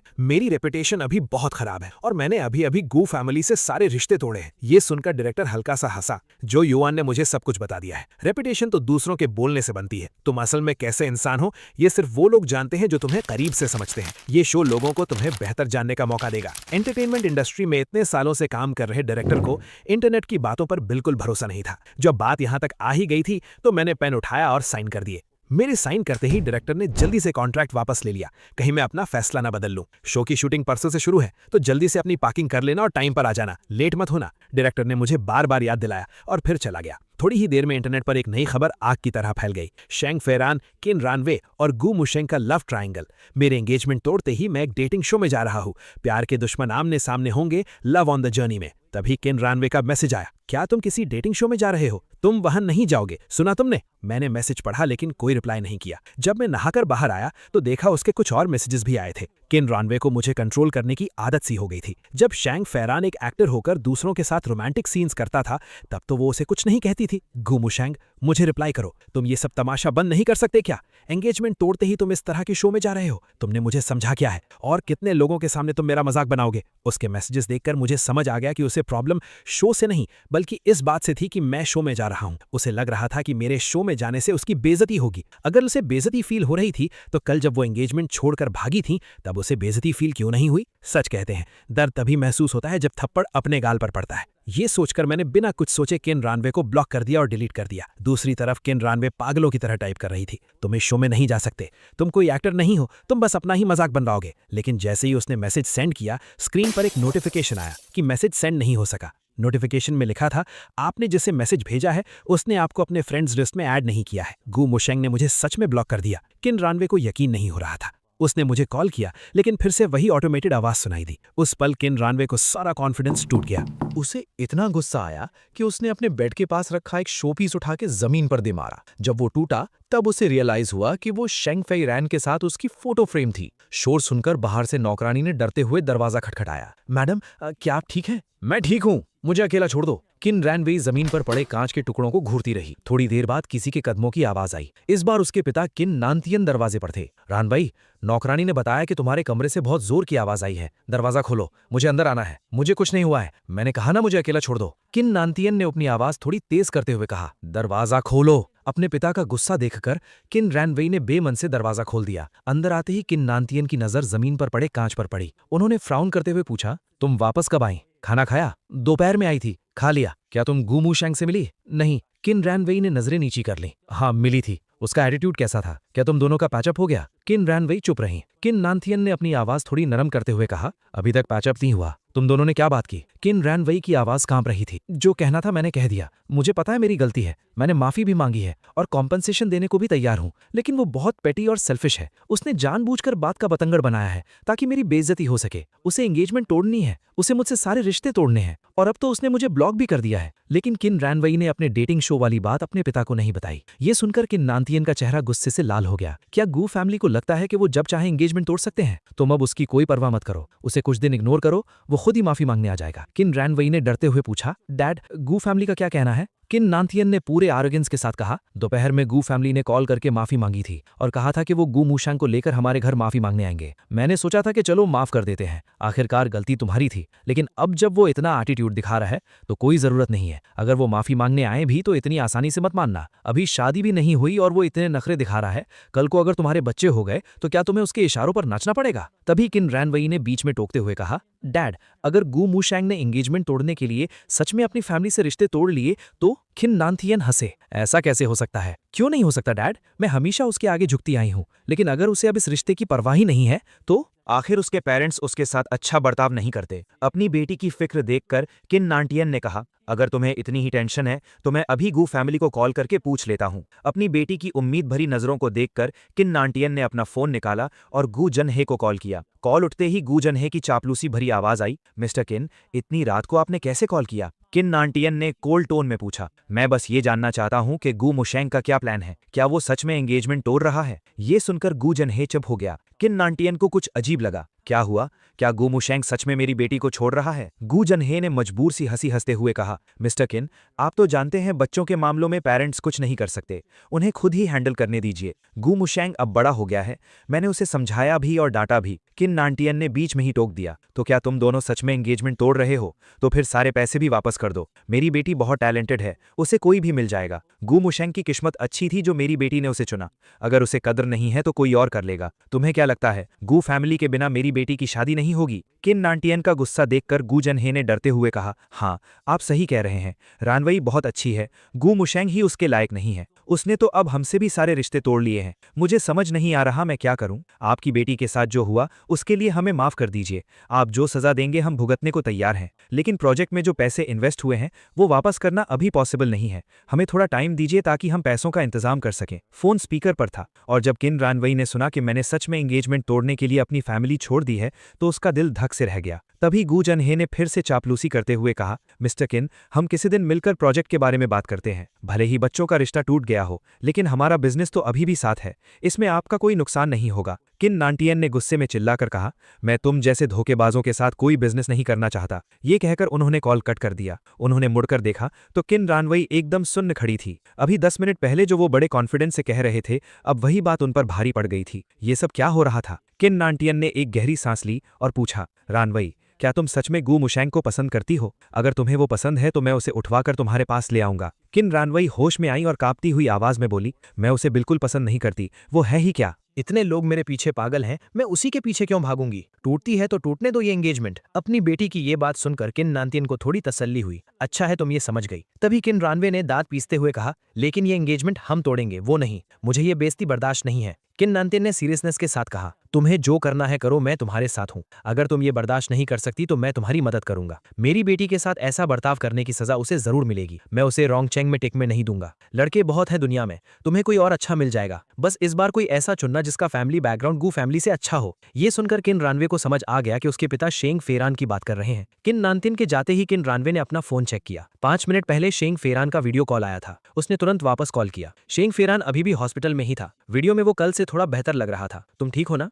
रानवे, अंकल किन ने कल के लिए तुम्हें डांटा तो नहीं? नहीं। शेंग फेरान ने फिर पूछा, और गू मुशेंग, क्या तुम दोनों मिले? क्या सब क्लियर हो गया? किन रानवे ने रूखेपन से जवाब दिया, मैं अभी उसके बारे में कोई बात नहीं करना चाहती। उसका मूड खराब देखकर शेंग फेरान ने थोड़ा हेजिटेटिंगली कहा, अभी मुझे वांग जी ने बताया कि गू मुशेंग एक वैरायटी शो में जा रहा है। वो शो बेसिकली फेक कपल्स बनाने के लिए है। वो तुम्हारा फियांसे है, वो ऐसे शो में कैसे जा सकता है? ये तो तुम्हारी बेइज्जती है। परसों से उस शो की शूटिंग शुरू है। अगर ये बात सच साबित हो गई तो किन फैमिली की बहुत बदनामी होगी। गू मुशेंग को तुम्हारे बारे में सोचना चाहिए था। तुम दोनों की फैमिली का नाम एक साथ जुड़ा है। वो अंकल किन की इज्जत के साथ ऐसा कैसे कर सकता है? किन रानवे का चेहरा एकदम फ्लैट था, लेकिन उसने फोन को बहुत कसकर पकड़ा हुआ था। तुम्हें इस शो के बारे में इतना कैसे पता? शेंग फेरान ने तुरंत सफाई दी, मैं वहां रोमांस करने नहीं जा रहा हूं। मैं तो बस स्टूडियो में बैठकर शो को जज करूंगा। डायरेक्टर मेरा अच्छा दोस्त है। किन रानवे ने फ्राउन करते हुए कहा, मैंने गू मुशेंग से एंगेजमेंट तोड़ ली है, अब वो जो चाहे कर सकता है। शेंग फेरान ने एक फेक स्माइल के साथ कहा, सच में? वो तुम्हें छोड़कर कैसे जा सकता है? वो मुझे छोड़ने के लिए तैयार है, यहाँ तक कि उसने अपनी फैमिली से भी रिश्ते तोड़ लिए हैं। ये सुनकर शेंग फेरान अंदर ही अंदर बहुत खुश हुआ। ये तो उसने सपने में भी नहीं सोचा था।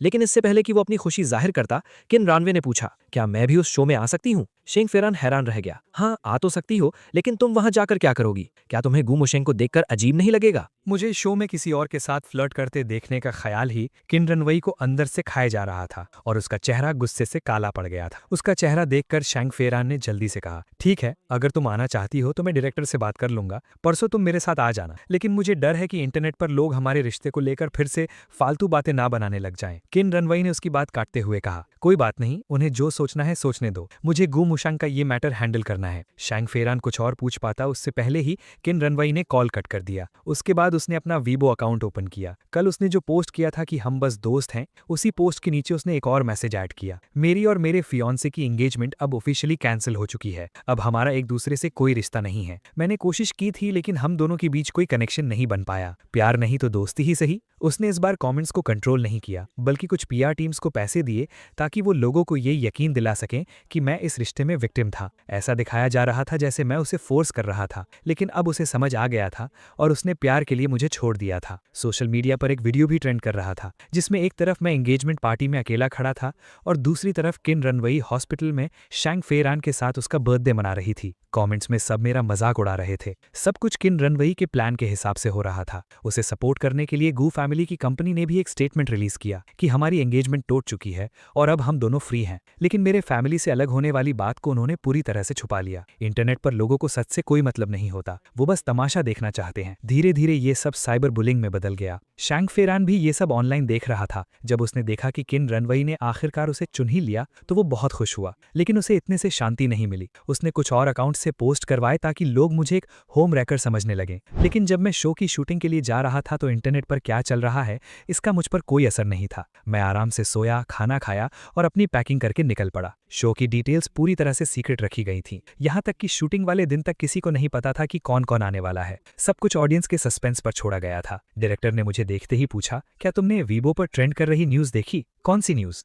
डायरेक्टर ने मुझे एक अजीब सी नजर से देखा और मेरे कंधे पर हाथ रखकर बोला, अच्छा है कि तुमने नहीं देखी। अब अपने फोन हमें दे दो, हम तुम्हें शो के लिए नए फोन्स देंगे। फिर मैं एक गाड़ी में बैठकर गांव की तरफ निकल पड़ा। लगभग 3 घंटे के सफर के बाद मैं लव ऑन द जर्नी के पहले लोकेशन पर पहुंच गया। लोकेशन एक गांव में था ताकि हम लोकल कल्चर को एक्सपीरियंस कर सकें और नेचर के बीच प्यार ढूंढ सकें। शो का बजट बहुत कम था, इसलिए उन्होंने एक छोटा सा पुराना घर किराए पर लिया था। बाकी शोज में लग्जरी विलाज होते हैं, यहाँ हमारे पास बस एक झोपड़ी थी। बाथरूम भी घर के अंदर नहीं था बल्कि बाहर था। सिर्फ 2 टॉयलेट्स थे। जो एकदम कच्चे लग रहे थे, और पास ही सुअर का बाड़ा था जहां से बहुत गंदी बदबू आ रही थी। मैं सबसे पहले पहुंचा था, इसलिए मेरे पास करने के लिए कुछ नहीं था। कैमरा क्रू ने सब सेट कर लिया था। जब ऑडियंस ने लोकेशन देखी तो लाइव चैट में कमेंट्स की बाढ़ आ गई। क्या मजाक है, ऐसी जगह पर रोमांस करेंगे तो पक्का ब्रेकअप हो जाएगा। कई कपल्स तो नॉर्मल ट्रिप्स पर ही लड़ पड़ते हैं। ये तो शो को हिट कराने का निंजा टेक्निक है। शो शुरू हो गया क्या? सबसे पहले कौन आया? सुना है सब अमीर लोग आ रहे हैं। ऐसी जगह पर वो कैसे सरवाइव करेंगे? बहुत मजा आएगा।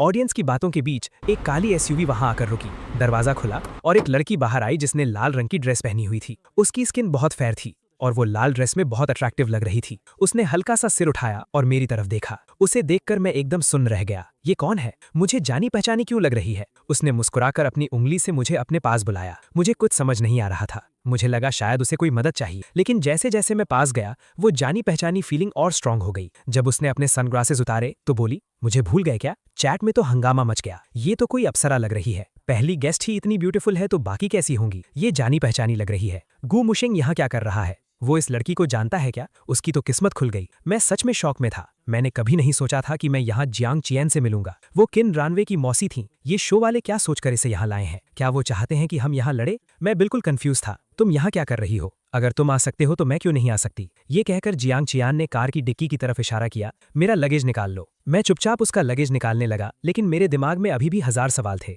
जब हम थोड़ा साइड में गए जहाँ कोई नहीं था तो जियांग चियान मेरे पास आई और बोली, तुम मुझे अभी भी अपनी मौसी समझते हो क्या? जब तुम्हारी किन रानवे से एंगेजमेंट ही टूट गई है तो मैं तुम्हारी मौसी कैसे हुई? अब से मुझे मेरे नाम से बुलाना, जियांग ख्यान या फिर ख्यान सिस्टर। और ध्यान रखना, गलती मत करना। मैंने बस अपना सिर हिला दिया। लाइव चैट में सब पूछ रहे थे कि जियांग ख्यान कौन है, हम एक दूसरे को कैसे जानते हैं और हमारा क्या कनेक्शन है। कुछ घंटों बाद बाकी लोग भी आ गए। जब मैंने उन्हें देखा तो मेरा सिर चकराने लगा। मुझे अपने शो में आने के फैसले पर पछतावा होने लगा। लड़कियों में जियांग ख्यान के अलावा लिन किंग हान भी थी, जो किन रानवे की बेस्ट फ्रेंड थी। अब तो मुझे यकीन हो गया था कि यहाँ बहुत ड्रामा होने वाला है। लेकिन जिसने मुझे सबसे ज्यादा हैरान किया वो थी मेरी एक्स गर्लफ्रेंड शेन निंग। वो एंटरटेनमेंट इंडस्ट्री की सबसे यंग और सक्सेसफुल एक्ट्रेस थी। हर कोई उसका नाम जानता था। मुझे लगा था कि शो वाले किसी भी एक्टर को ले आएंगे, लेकिन शेन निंग, ये तो बहुत बड़ी बात थी। शो की सीक्रेसी इतनी स्ट्रिक्ट थी कि जब शेन निंग की एंट्री हुई तो लाइव ऑडियंस खुशी से पागल हो गई। शो की पॉपुलैरिटी आसमान चूमने लगी और जितनी ज्यादा ऑडियंस उतनी ज्यादा गालियां मुझे पड़ने वाली थीं।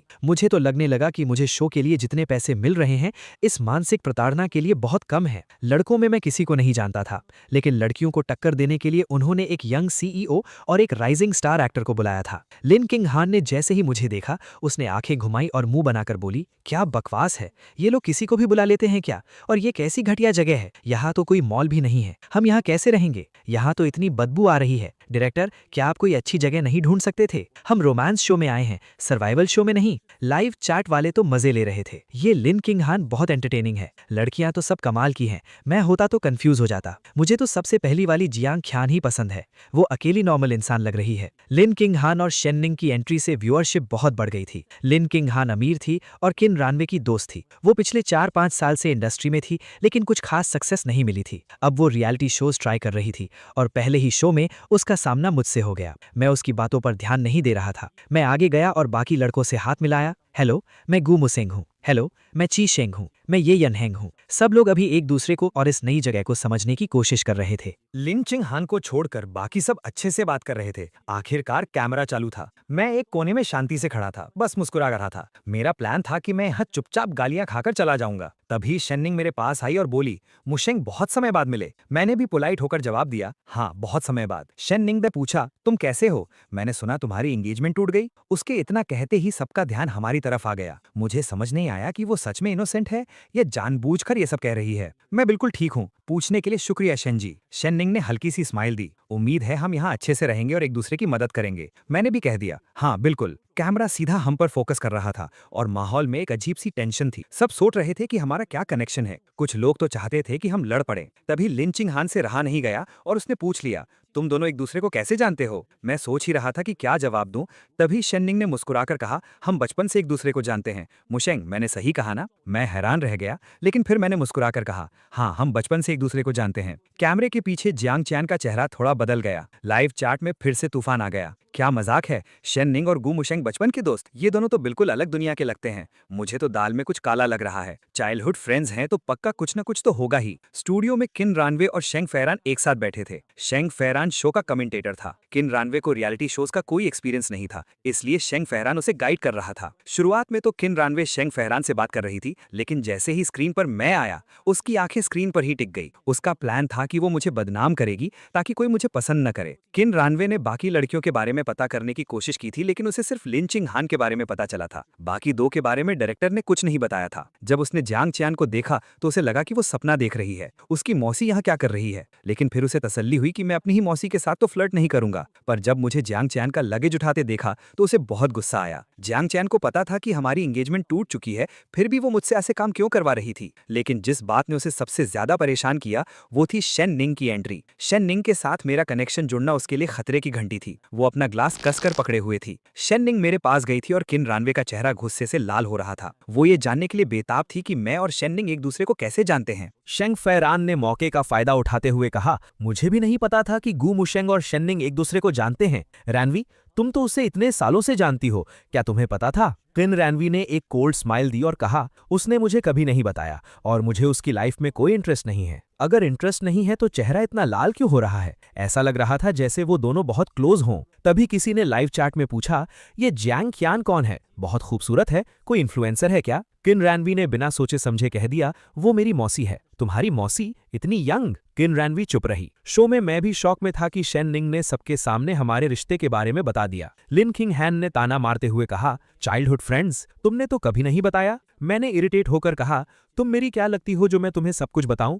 तुम्हें मेरी इतनी फिक्र क्यों हो रही है? कौन कर रहा है तुम्हारी फिक्र? लिन किंग हैन भड़क गई, तो फिर मेरे मामलों में अपनी नाक मत घुसाओ। इससे पहले कि हमारी लड़ाई और बढ़ती, डायरेक्टर आकर हमें पहला टास्क दे दिया। पहला टास्क है घर की सफाई करना, अंदर और बाहर सब कुछ साफ करना होगा। जब सफाई हो जाएगी तब हम चेक करेंगे और अगर सब ठीक रहा तो ही आपको खाना मिलेगा। लिन किंग हैन ने गुस्से में कहा, इतना बड़ा घर और हम खुद साफ करेंगे? हाँ, और अगर साफ नहीं किया तो लंच नहीं मिलेगा। लंच टाइम होने में 3 घंटे बचे हैं। और हाँ, हम सिर्फ राशन देंगे, खाना आप लोगों को खुद बनाना होगा। लिन किंग हैन उस गंदे और कीड़ों से भरे घर को देखकर ही डर रही थी। ची शेंग सीईओ ने माहौल शांत करते हुए कहा, मैं गांव का रहने वाला हूं, मुझे पता है ये सब कैसे करते हैं, मैं काम बांट देता हूं, ठीक है? सब मान गए। लड़कों को भारी काम मिला, लड़कियों को झाड़ू पोछा, मुझे किचन साफ करने का काम मिला। लाइव चैट में लोग मेरे काम करने के तरीके को नोटिस कर रहे थे। गू मुशेंग तो घर के कामों में एक्सपर्ट लग रहा है, इतनी जल्दी जल्दी काम कर रहा है।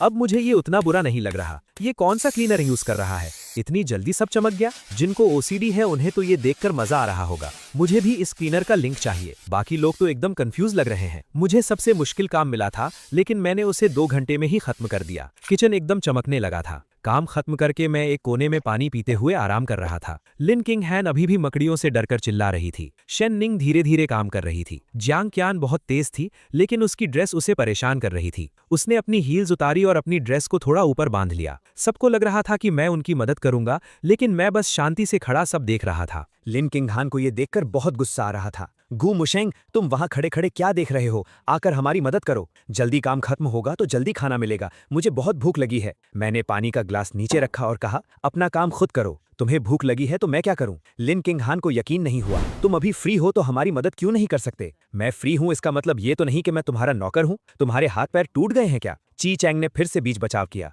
किंग हान, मैं तुम्हारी मदद कर देता हूं, मेरा काम लगभग हो गया है। लिन किंग हान ने मुझे गुस्से से देखा और ची चैंग से कहा, थैंक यू, तुम बहुत अच्छे हो। कुछ लोगों में तो बिल्कुल मैनर्स ही नहीं है, टीम वर्क नाम की कोई चीज ही नहीं है। तभी तो इसका ब्रेकअप हो गया। शो अभी शुरू ही हुआ था और पर्सनल अटैक्स चालू हो गए थे। मैंने उसे इग्नोर किया और डायरेक्टर से पूछा, डायरेक्टर, मैंने अपना काम कर लिया है, क्या मैं थोड़ा बाहर घूम सकता हूं? डायरेक्टर ने याद दिलाया, तुम जा सकते हो, लेकिन जब तक पूरा घर साफ नहीं होगा खाना नहीं मिलेगा। मुझे पता था डायरेक्टर चाहता था कि मैं बाकी लोगों की मदद करूं, लेकिन मैंने मना कर दिया। मुझे भूख नहीं है, मैं बाद में खा लूंगा। मुझे पता था कि अगर मैंने आज मदद की तो मुझे रोज सबकी मदद करनी पड़ेगी। मैं यहाँ काम करने नहीं आया था। मैंने सोच लिया था कि मैं यहाँ एक रूड और केयरलेस इंसान की तरह रहूंगा। वैसे भी मुझे गालियां पड़ ही रही थीं, थोड़ी और पड़ जाएंगी तो क्या फर्क पड़ेगा। डायरेक्टर ने मुझे जाने दिया। मैं घर से थोड़ा दूर एक तालाब के पास गया। वहां एक आदमी मछली पकड़ रहा था। मैंने उससे पूछा, भैया, क्या मैं यहाँ मछली पकड़ सकता हूँ? उसने उदास होकर कहा, हाँ, लेकिन यहाँ मछली पकड़ना बहुत मुश्किल है। मैं सुबह से बैठा हूँ और सिर्फ 2 छोटी मछलियां ही पकड़ पाया हूँ। तभी उसके फोन की घंटी बजी।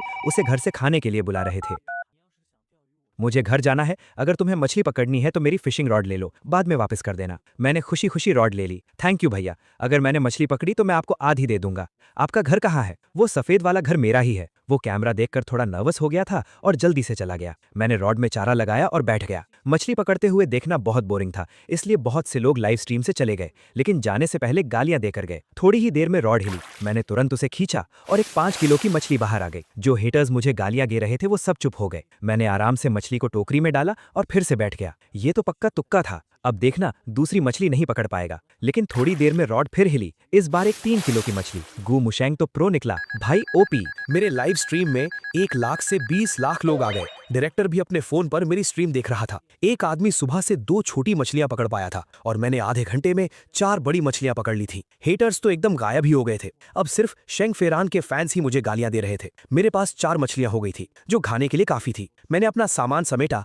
और फिशिंग रॉड वापस करने उस आदमी के घर गया। भैया, मैं आपकी रॉड वापस करने आया हूँ। इतनी जल्दी? क्या कुछ पकड़ा? हाँ, 4 मछलियां। चलिए आधी आधी बांट लेते हैं। उस आदमी को यकीन नहीं हुआ। उसे लगा था कि मैंने छोटी मछलियां पकड़ी होंगी, लेकिन जब उसने टोकरी देखी तो वो भर चुकी थी। 15 किलो मछलियां। बहुत बढ़िया, तुम तो एक्सपर्ट हो। अगर तुम रोज ऐसे ही मछलियां पकड़ोगे तो इस तालाब की सारी मछलियां खत्म हो जाएंगी। मैंने कहा, भैया आइए मछलियां बांटते हैं। उसने मना करते हुए कहा, मेरे घर में सिर्फ 3 लोग हैं, 1 मछली काफी है, बाकी 3 तुम रख लो, तुम लोग इतने सारे हो। मैंने सोचा और कहा, हम लोग 3 मछलियां नहीं खा पाएंगे। एक काम करते हैं, मैं आपके किचन में ही चारों मछलियां बना लेता हूं, फिर हम सब मिलकर खा लेंगे। वो आदमी मान गया। ठीक है, अगर तुम्हें परेशानी ना हो तो आ जाओ। मैंने मछलियां साफ की और काटना शुरू किया। मेरे काम करने की तरीके से ही पता चल रहा था कि मैं बहुत अच्छी कुकिंग करता हूं। कैमरा क्रू के मुंह में भी पानी आ रहा था। उस आदमी ने पूछा, तुमने कुकिंग सीखी है क्या? हाँ, मैंने सिचुआन स्टाइल कुकिंग सीखी है। जैसे ही मैंने मछली के पीसेस को गर्म तेल में डाला, एक बहुत अच्छी आवाज आई और खुशबू फैल गई। लाइव चैट में लोग पागल हो रहे थे। गू मुसेंग को कुकिंग भी आती है? देखकर ही मुंह में पानी आ रहा है। जो कह रहे थे कि इसे कुछ नहीं आता, अब बोलो, ये पक्का सबके लिए खाना बना रहा है। ये इंसान इतना भी बुरा नहीं है, सबका खाना अकेले ही बना दिया। हेटर्स को भी अब मानना पड़ रहा था कि मुझ में कुछ तो बात है। मैंने खाना 2 हिस्सों में बांट दिया। उस आदमी के घर में अभी खाना नहीं बना था, तो उसने भी मेरे साथ खाना शेयर करने में कोई झिझक नहीं दिखाई और बदले में मुझे अपने खेत से कुछ ताजी सब्जियां दे दी। दूसरी तरफ घर की सफाई आखिरकार खत्म हो गई थी। डायरेक्टर ने सब चेक किया और उन्हें खाना बनाने के लिए राशन दे दिया।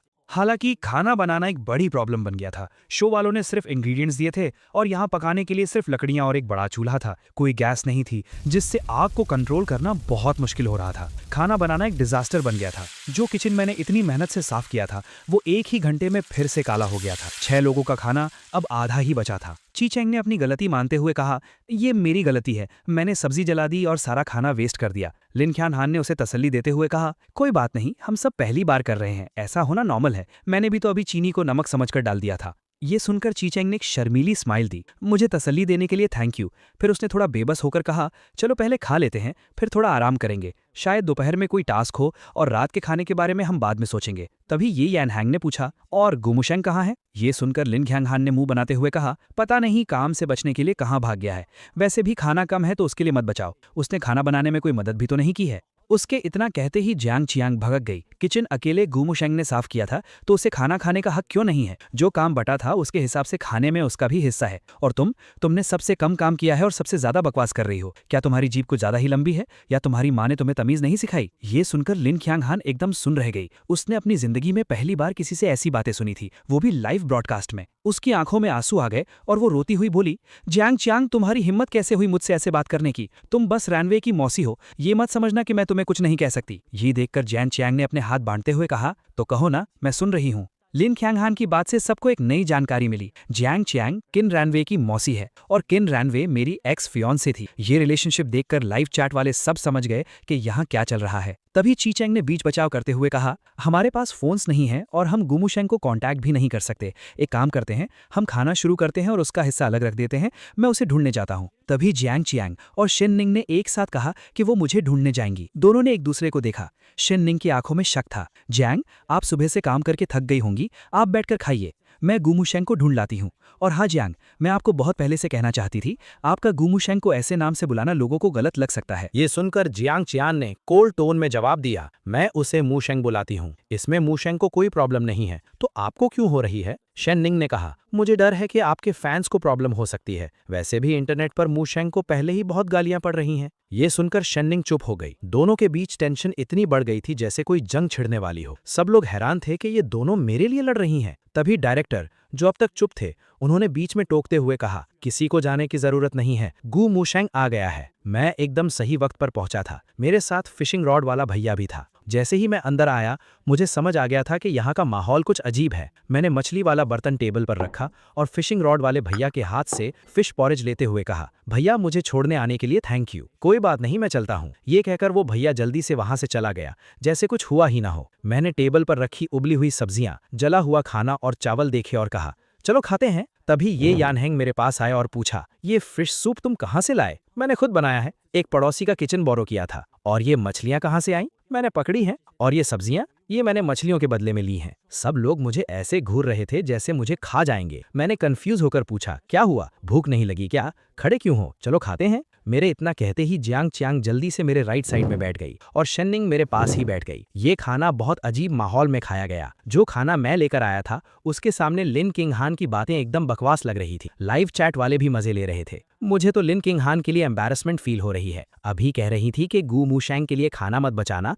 क्या गू मूशैंग को तुम्हारे जले हुए खाने की जरूरत है? गू मूशैंग के खाने के सामने ची चैंग का खाना तो सुअर के खाने जैसा लग रहा है। स्टूडियो में किन रानवी स्क्रीन पर दिख रहे उस फिश सूप को घूर रही थी। जब मैं पहली बार उससे मिला था तो मुझे खाना बनाना नहीं आता था। मैंने सिर्फ उसके लिए खाना बनाना सीखा था। उसे स्पाइसी खाना पसंद था, इसलिए मैंने एक एक्सपर्ट शेफ से सिचुआन कुकिंग सीखी थी। और सबसे पहली डिश जो मैंने सीखी थी वो थी सिचुआन स्टाइल फिश सूप। दोपहर का वक्त था और कमेंटेटर्स भी खाना खा रहे थे। किन रानवी के सामने बाहर का खाना रखा था जो शैंग फेरान ने उसकी पसंद का ऑर्डर किया था। शुरुआत में तो उसे खाना अच्छा लगा, लेकिन जब उसने लाइव स्ट्रीम में वो फिश सूप और पॉरेज देखा तो उसकी भूख ही मर गई। किन रानवी के गुस्से वाले नेचर की वजह से बाकी कमेंटेटर्स ने उससे मेरे बारे में कुछ नहीं पूछा और वो पूरी तरह से लाइव स्ट्रीम देखने में बिजी थी। इसलिए उसने शेन्निंग और जियांग कियान के बीच हुई बहस मिस कर दी। उसे कमेंट्स देखकर ही पता चला कि वो दोनों मेरे लिए लड़ पड़ी थी। जब दोनों मुझे ढूंढने जाने की बात कर रही थीं, तो किन रानवी का मूड बहुत खराब हो गया था। वो लगातार कमेंट्स पढ़ रही थी, ये देखने के लिए कि शायद उसे कोई काम की बात मिल जाए। शायद जियांग कियान सच में यहाँ उसका बदला लेने आई, जैसा कि कमेंट्स में लोग कह रहे थे। लेकिन उसे खुद पता था कि उसका अपनी मौसी के साथ कोई खास रिश्ता नहीं। अगर उसने मुझसे शादी का फैसला नहीं किया होता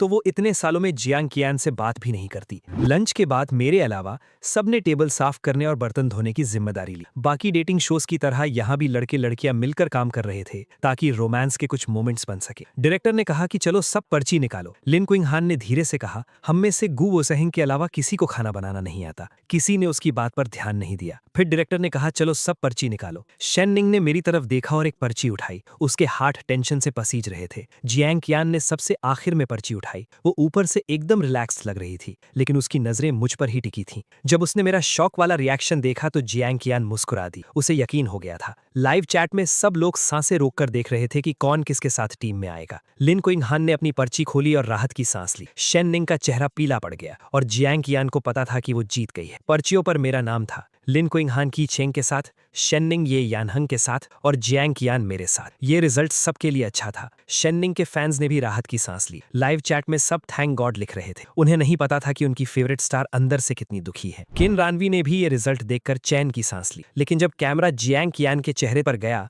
तो उसे लगा जैसे उसने जियांग कियान की आंखों में एक जीत की चमक देखी है। क्या ये उसका वहम था? बर्तन धोने के बाद अब कमरे बांटने की बारी। लिन क्विंगहान ने अपने अमीर नखरे दिखाते हुए एक सिंगल रूम ले ली। लड़कों ने रॉक पेपर सीजर खेला और मेरी किस्मत अच्छी थी, मुझे सिंगल रूम मिल गया। दोपहर में डायरेक्टर ने कोई टास्क नहीं दिया, बल्कि सबको थोड़े पैसे दिए और कहा कि फ्री टाइम एंजॉय करो। ये यानहंग ने कहा कि चलो पास के कस्बे में चलकर कल के ब्रेकफास्ट के लिए कुछ सामान ले आते हैं। मुझे ये आइडिया अच्छा लगा तो मैंने हाँ कह दिया। उसने सबसे पूछा, मैं और गू मुशिंग कस्बे में जा रहे हैं, कोई और चलेगा? जियांग चियन ने तुरंत कहा, मैं भी चलूंगी। उसके बाद शेन्निंग ने भी जाने के लिए कह दिया। लिन किंगहान ने मना कर दिया, मैं नहीं जाऊंगी, वहां देखने के लिए कुछ नहीं है, मैं यहीं सोकर आराम करूंगी। ची कॉन्ग को लिन किंगहान पसंद थी, इसलिए उसने ये मौका नहीं छोड़ा। तुम लोग जाओ, मैं और किंगहान घर पे रहेंगे। शो वालों ने हमें एक वैन दी थी। जियांग चियन ने पूछा कि ड्राइव कौन करेगा, और शेन्निंग ने कहा कि उसे ड्राइविंग नहीं आती। तो ये यानहेंग ने चाबी ले ली और मैं बिना कुछ सोचे फ्रंट सीट पे बैठ गया। ये यानहेंग ने मुझे हैरानी से देखा। उसे लगा था कि मैं पीछे किसी लड़की के साथ बैठूंगा, लेकिन मुझ में इतनी हिम्मत नहीं थी। जियांग चियन हो या शेन्निंग,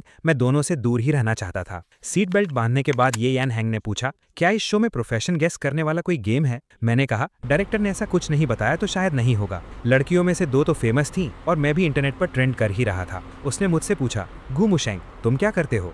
मैंने कहा, मैं अनएम्प्लॉयड हूँ, मेरे पास कोई जॉब नहीं है। मैं समझता हूँ तुम तो फैमिली बिजनेस संभालते होगे। इंटरनेट पर सब जानते थे कि गू फैमिली बहुत अमीर है और मैं इकलौता बेटा हूँ तो बिजनेस मुझे ही मिलेगा। सबको लग रहा था कि मैं बस यहाँ मजे करने या टाइम पास करने आया हूँ। मैंने हंसकर कहा, नहीं, मुझे कोई प्रॉपर्टी नहीं मिलने वाली। ये यान हैंग को लगा मैं मजाक कर रहा हूँ। उसने पीछे जियांग चियन से पूछा, जियांग चियन, तुम क्या करती हो? उसने आराम से जवाब दिया, मैं भी गू मुशेंग की तरह अनएम्प्लॉयड हूँ। उसका स्टाइल देखकर ही लग रहा था कि वो कोई नॉर्मल इंसान नहीं है।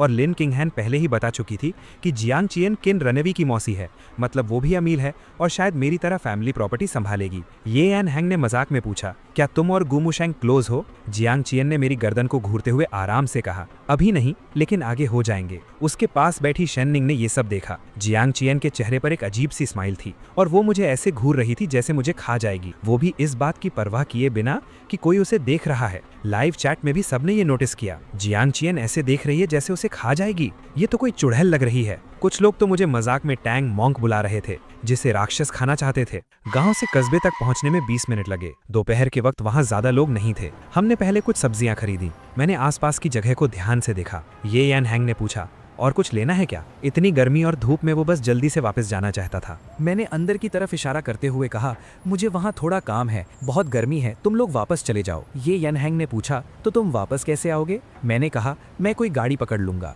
ये यनहैंग ने जियांग चैन और शेन निंग से पूछा, तुम लोग क्या करोगी? दोनों ने कहा कि वो भी घूमना चाहती हैं। ये यनहैंग अकेला वापस नहीं जाना चाहता था। ठीक है, मैं गाड़ी में तुम्हारा वेट करता हूँ, कुछ हो तो कॉल कर लेना। उसने मुझे एक अजीब सी नज़र से देखा, जैसे कह रहा हो, भाई तुम्हारी किस्मत तो बहुत अच्छी है। मुझे उसका इशारा समझ नहीं आया।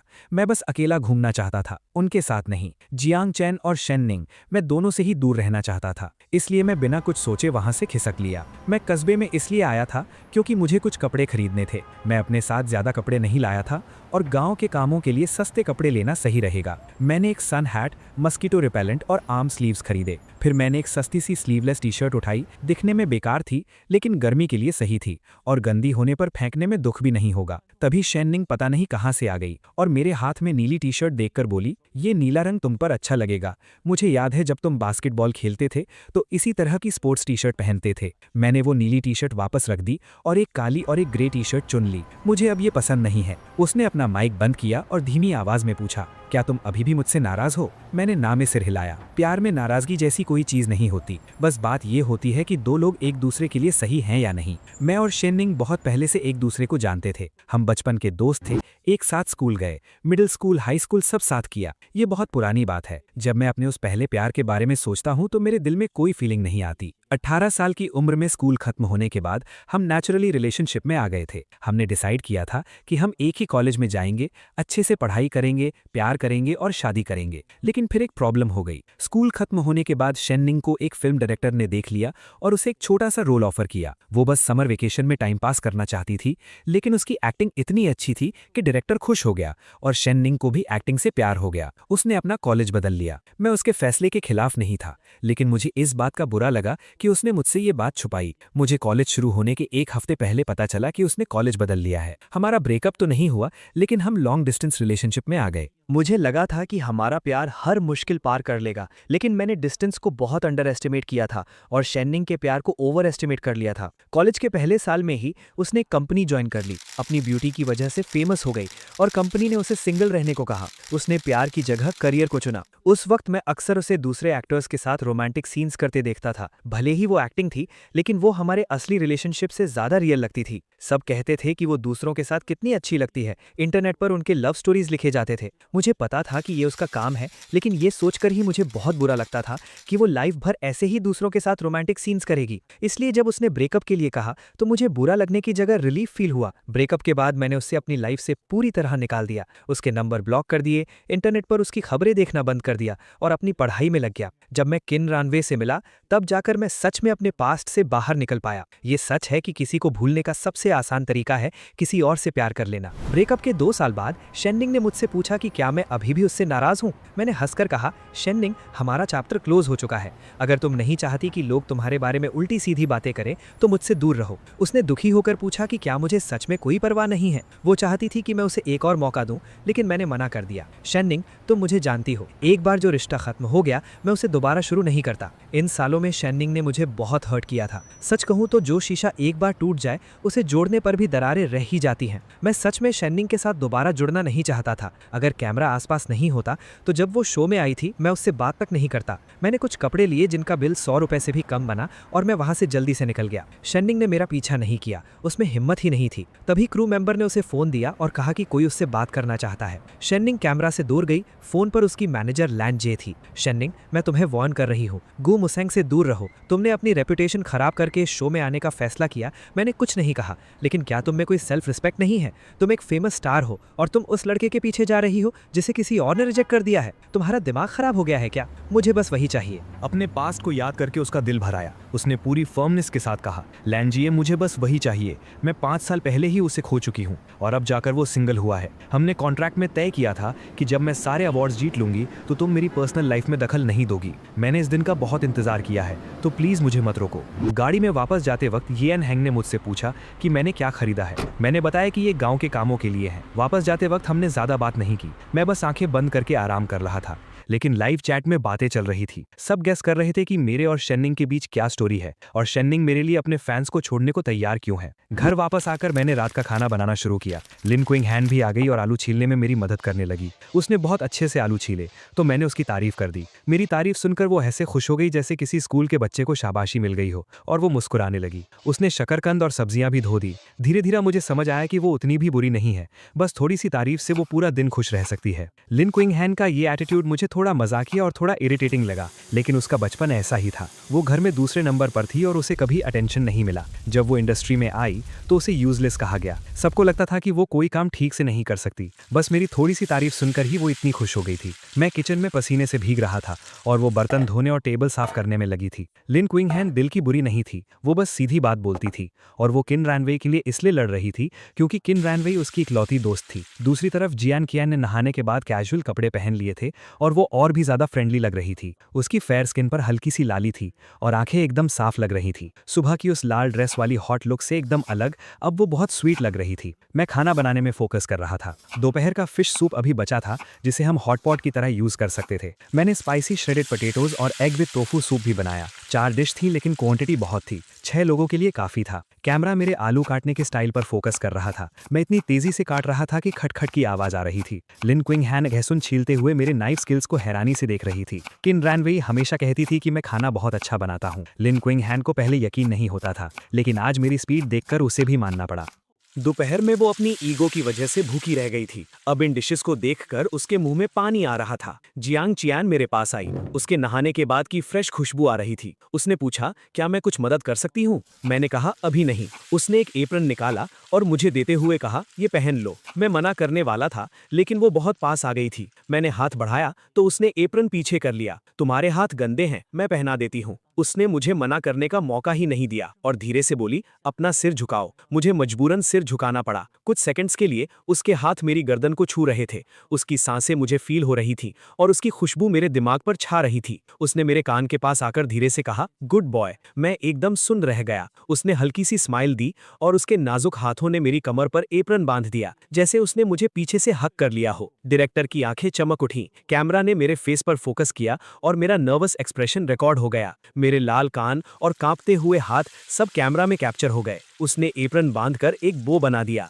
मैंने अजीब सा फील करते हुए अपनी कमर को छुआ जहां उसने मुझे टच किया था। आखिरकार डिनर का टाइम हो गया। सब गोल टेबल पर बैठे थे। बैठने का तरीका दोपहर वाला ही था। मैं शेननिंग और जियांग चियान के बीच में बैठा था। सबने मेरी खाने की बहुत तारीफ की। लिंग चिंगहैन ने कुछ नहीं कहा, लेकिन वो लगातार खाए जा रही थी। लिंग चिंगहैन पानी पीते हुए अपना पेट सहला रही थी और सोच रही थी कि किन रैनवे ने पिछले 2 सालों में बहुत अच्छा खाना खाया है। इतने साल दोस्त रहने के बाद भी किन रैनवे ने उसे कभी मुझसे मेरे हाथ का खाना खाने के लिए नहीं बुलाया था। ये तो बहुत गलत बात है। स्टूडियो में कमेंटेटर्स का काम खत्म होने वाला था। डायरेक्टर शेन ली ने पूछा, किन रैनवे, क्या तुमने कभी अपने दोस्तों को घर पर खाने पर बुलाया है? उसने कहा, नहीं। शेन ली ने तुरंत कहा, तो मतलब लिंग चिंगहैन पहली बार गू मुशेंग का खाना खा रही है? आज पूरा दिन शेनली जानबूझकर मेरे बारे में बात कर रही थी और टेंशन क्रिएट कर रही थी। किन रानवे ने हाल ही में मुझसे एंगेजमेंट तोड़ी थी और अब वो अपने करंट बॉयफ्रेंड के साथ मुझे दूसरी लड़कियों, अपनी मौसी और अपनी बेस्ट फ्रेंड के साथ फ्लर्ट करते हुए देख रही थी। ये शो का सबसे बड़ा ड्रामा था। शेनली अपनी पेन घुमाते हुए बोली,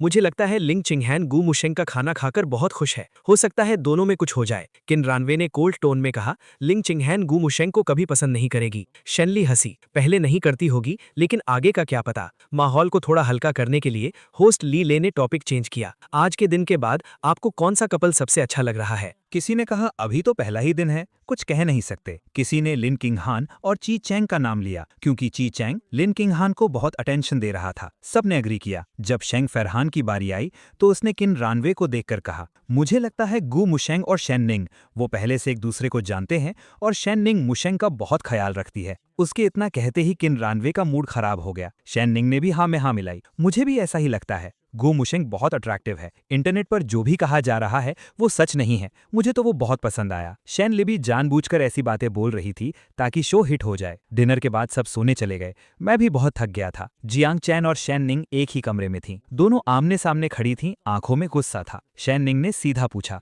तुम गू मुशेंग को कब से जानती हो? शेन निंग ने बिना डरे जवाब दिया, बहुत पहले से। जब मैं 7 साल की थी, हमारे घर पास थे। हम साथ स्कूल जाते थे, साथ खाते थे। उसकी दादी मुझे बहुत पसंद करती थी। उन्होंने तो हमारी शादी की बात भी की थी। जियांग चैन मुस्कुराई, तुमने खुद कहा बात की थी, हुई तो नहीं ना? शेन निंग ने टॉपिक चेंज किया, मैंने और मुशेंग ने डेट भी किया है। वो चाहती थी कि जियांग चैन पीछे हट जाए। जियांग चैन ने आराम से कहा, डेट किया है तो क्या हुआ, ब्रेकअप भी तो हो गया ना। इसका मतलब है कि तुम उससे सच में प्यार नहीं करती थी। अगर करती तो उसे छोड़ती क्यों?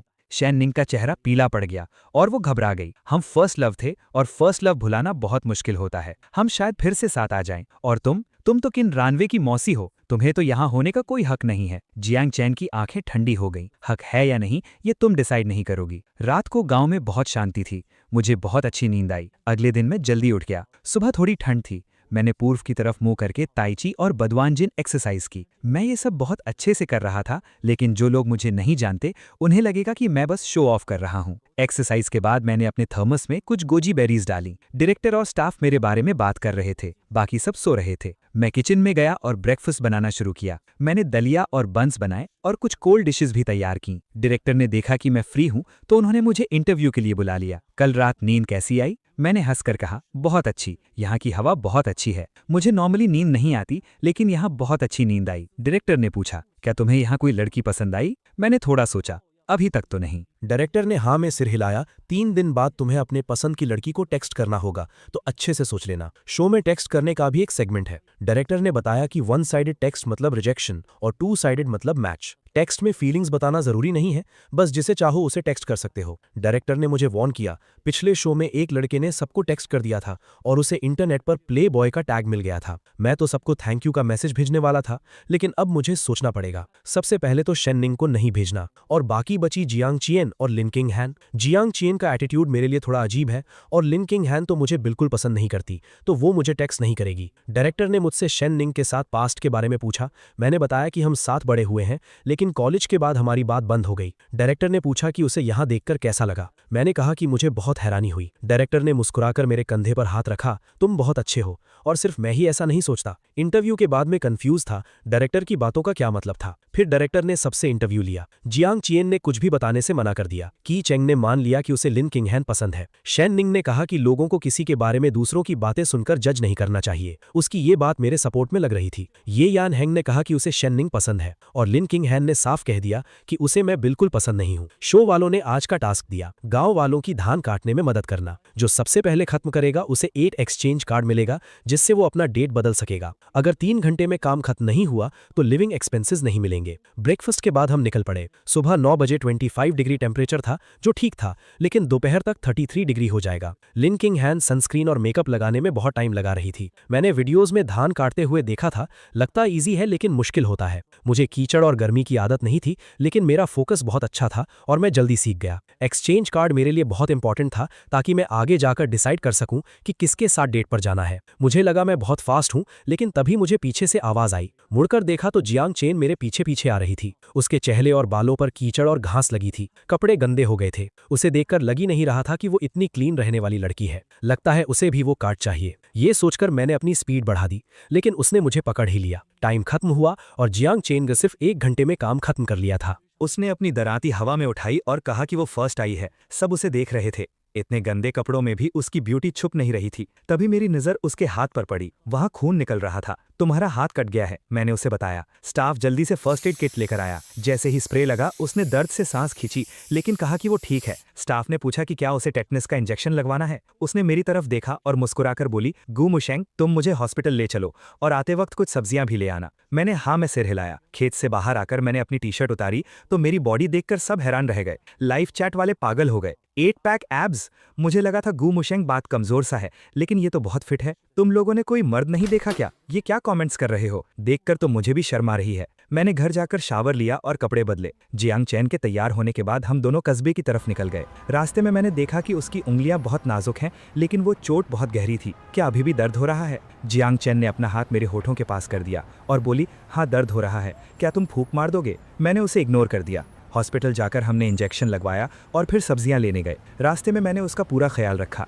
उसने मुझसे पूछा, आज डायरेक्टर ने टेक्स्ट वाले टास्क के बारे में बताया था, तुम किसे टेक्स्ट करने वाले हो? मैंने कहा, पता नहीं, बाद में सोचूंगा। उसने एक नॉटी स्माइल दी और मुझे मार्केट के एक कोने में ले गई। उसने धीरे से कहा कि 3 दिन बाद वो मुझे टेक्स्ट करेगी। मुझे समझ नहीं आया। उसने बताया कि वो बस मिसअंडरस्टैंडिंग से बचना चाहती है। ये सुनकर मुझे थोड़ी राहत मिली। मुझे भी फॉल्स होप्स नहीं चाहिए थे, लेकिन जियांग चेन के देखने के तरीके से मुझे अजीब लग रहा था। इस शो में जियांग चेन का होना मेरे लिए सबसे बड़ी सरप्राइज थी और मैं उसके साथ डेट पर नहीं जाना चाहता था। अब जब बात क्लियर हो गई थी तो मुझे अच्छा लग रहा था। वैसे भी जियांग चेन मुझे क्यों पसंद करेगी? उसने मुझे बताया कि उसकी फैमिली उस पर शादी का प्रेशर बना रही थी, इसलिए वो शो में आ गई। मैंने कहा, येन हैंग और की चैंग भी तो अच्छे हैं। उसने कहा, जो पहली नज़र में पसंद ना आए वो कभी पसंद नहीं आ सकता। उसने ये भी कहा कि वो दोनों मेरे जितने अच्छे नहीं हैं। मेरी हार्ट बीट बढ़ गई, लेकिन उसकी अगली बात ने मुझे शांत कर दिया। गू मुशेंग, अगर तुम्हें समझ नहीं आ रहा किसे टेक्स्ट करो तो मुझे कर देना। वैसे भी हम दोनों को कोई पसंद नहीं है, तो एक दूसरे को ही सिलेक्ट कर लेते हैं। उसकी बात सही थी, लेकिन मैं हेजिटेट कर रहा था। अगर हम एक दूसरे को टेक्स्ट करेंगे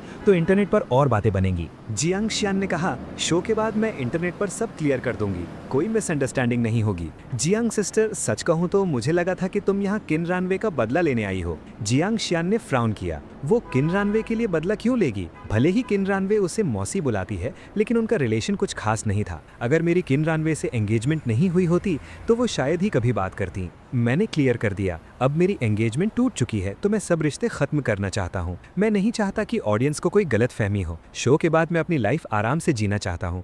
मुझे किन फैमिली या जियांग फैमिली से कोई मतलब नहीं है। मुझे कन्विंस करना इतना आसान नहीं था। जियांग शियान की आंखें उदास हो गईं। उसे पता था कि ऐसा ही होगा, लेकिन फिर भी उसे बुरा लगा। मैं समझती हूँ, तो क्या तुम शेननिंग को टेक्स्ट करोगे? मैंने तुरंत मना कर दिया, बिल्कुल नहीं। उसे लगा कि अभी चांस है, लेकिन उसके चेहरे पर टेंशन साफ दिख रही थी। शेननिंग को शायद कोई गलत फहमी हो गई है। कल रात उसने मुझसे कहा कि वो तुम्हारी फर्स्ट लव है और वो सिर्फ तुम्हारे लिए शो में आई है। वो तुम्हें भूली नहीं है और उसने मुझसे तुमसे दूर रहने को कहा। मुझे यकीन नहीं हो रहा था कि शेननिंग ऐसी बातें करेगी। जियांग शियान ने पूछा, क्या तुम दोनों सच में रिलेशनशिप में थे? पास्ट की बात सुनकर मुझे गुस्सा आ गया। ये बहुत पुरानी बात है, अब हमारे बीच कुछ नहीं हो सकता। जियांग सिस्टर, ये सच है, लेकिन तुम किसी को मत बताना। उसने मजाक में कहा, मैं किसी को नहीं बताऊंगी, लेकिन शेननिंग तुम्हारे साथ डेट पर जाने की पूरी कोशिश करेगी। अगर तुम्हें समझ न आए कि उसे कैसे मना करना है तो तुम मेरा नाम यूज कर सकते हो। हम एक दूसरे की मदद कर सकते हैं। मुझे लगा वो मजाक कर रही है, तो मैंने मना नहीं किया। मैं सोचूंगा। तभी स्टाफ हमें ढूंढता हुआ आया। मैं यहाँ हूँ, चलो वापस चलते हैं, बहुत लेट हो गया है। जियांग शियान ने कहा, हाँ चलो। स्टाफ पसीने से भीगा हुआ था। तुम लोग कहाँ चले गए थे और तुमने अपने माइक्स क्यों बंद कर रखे थे? जियांग शियान ने कैमरा की तरफ आंख मारते हुए कहा, हम कुछ पर्सनल बातें कर रहे थे। वापस आकर मैं सीधा किचन में गया। जियांग शियान मेरी मदद करने लगी। उसके हाथ पर चोट थी तो वो पानी वाले काम नहीं कर सकती थी, बस छोटे मोटे काम कर रही थी। आज मैं 2 डिशेस बनाना चाहता था। जियांग शियान ने हैरानी से पूछा, तुम्हें कुकिंग भी आती है? मुझे बस कुछ बेसिक डिशेस आती हैं। तुमने मुझे सब्जियां धोने या काटने नहीं दी तो मैं सिर्फ कुक ही कर सकती हूँ। मुझे कम मत समझना, मेरी कुकिंग तुम्हारे जैसी अच्छी ना हो, लेकिन खाने में टेस्टी होती है। जियांग शियान कुकिंग करना चाहती थी तो मैंने उसे करने दिया। वो बर्तन धोने, तेल गर्म करने में एक्सपर्ट लग रही थी। मेरा एप्रन बांध दो। मैंने एप्रन लिया और उसके सामने कर दिया। जियांग चैन के एक हाथ में स्पैचुला था और दूसरे में सब्जियां। दूर से देखने पर ऐसा लग रहा था जैसे वो मेरे गले लग रही है। मैं उसके पीछे खड़ा था और वो नीचे देख रही थी। तभी उसने सब्जियां गरम तेल में डाल दी।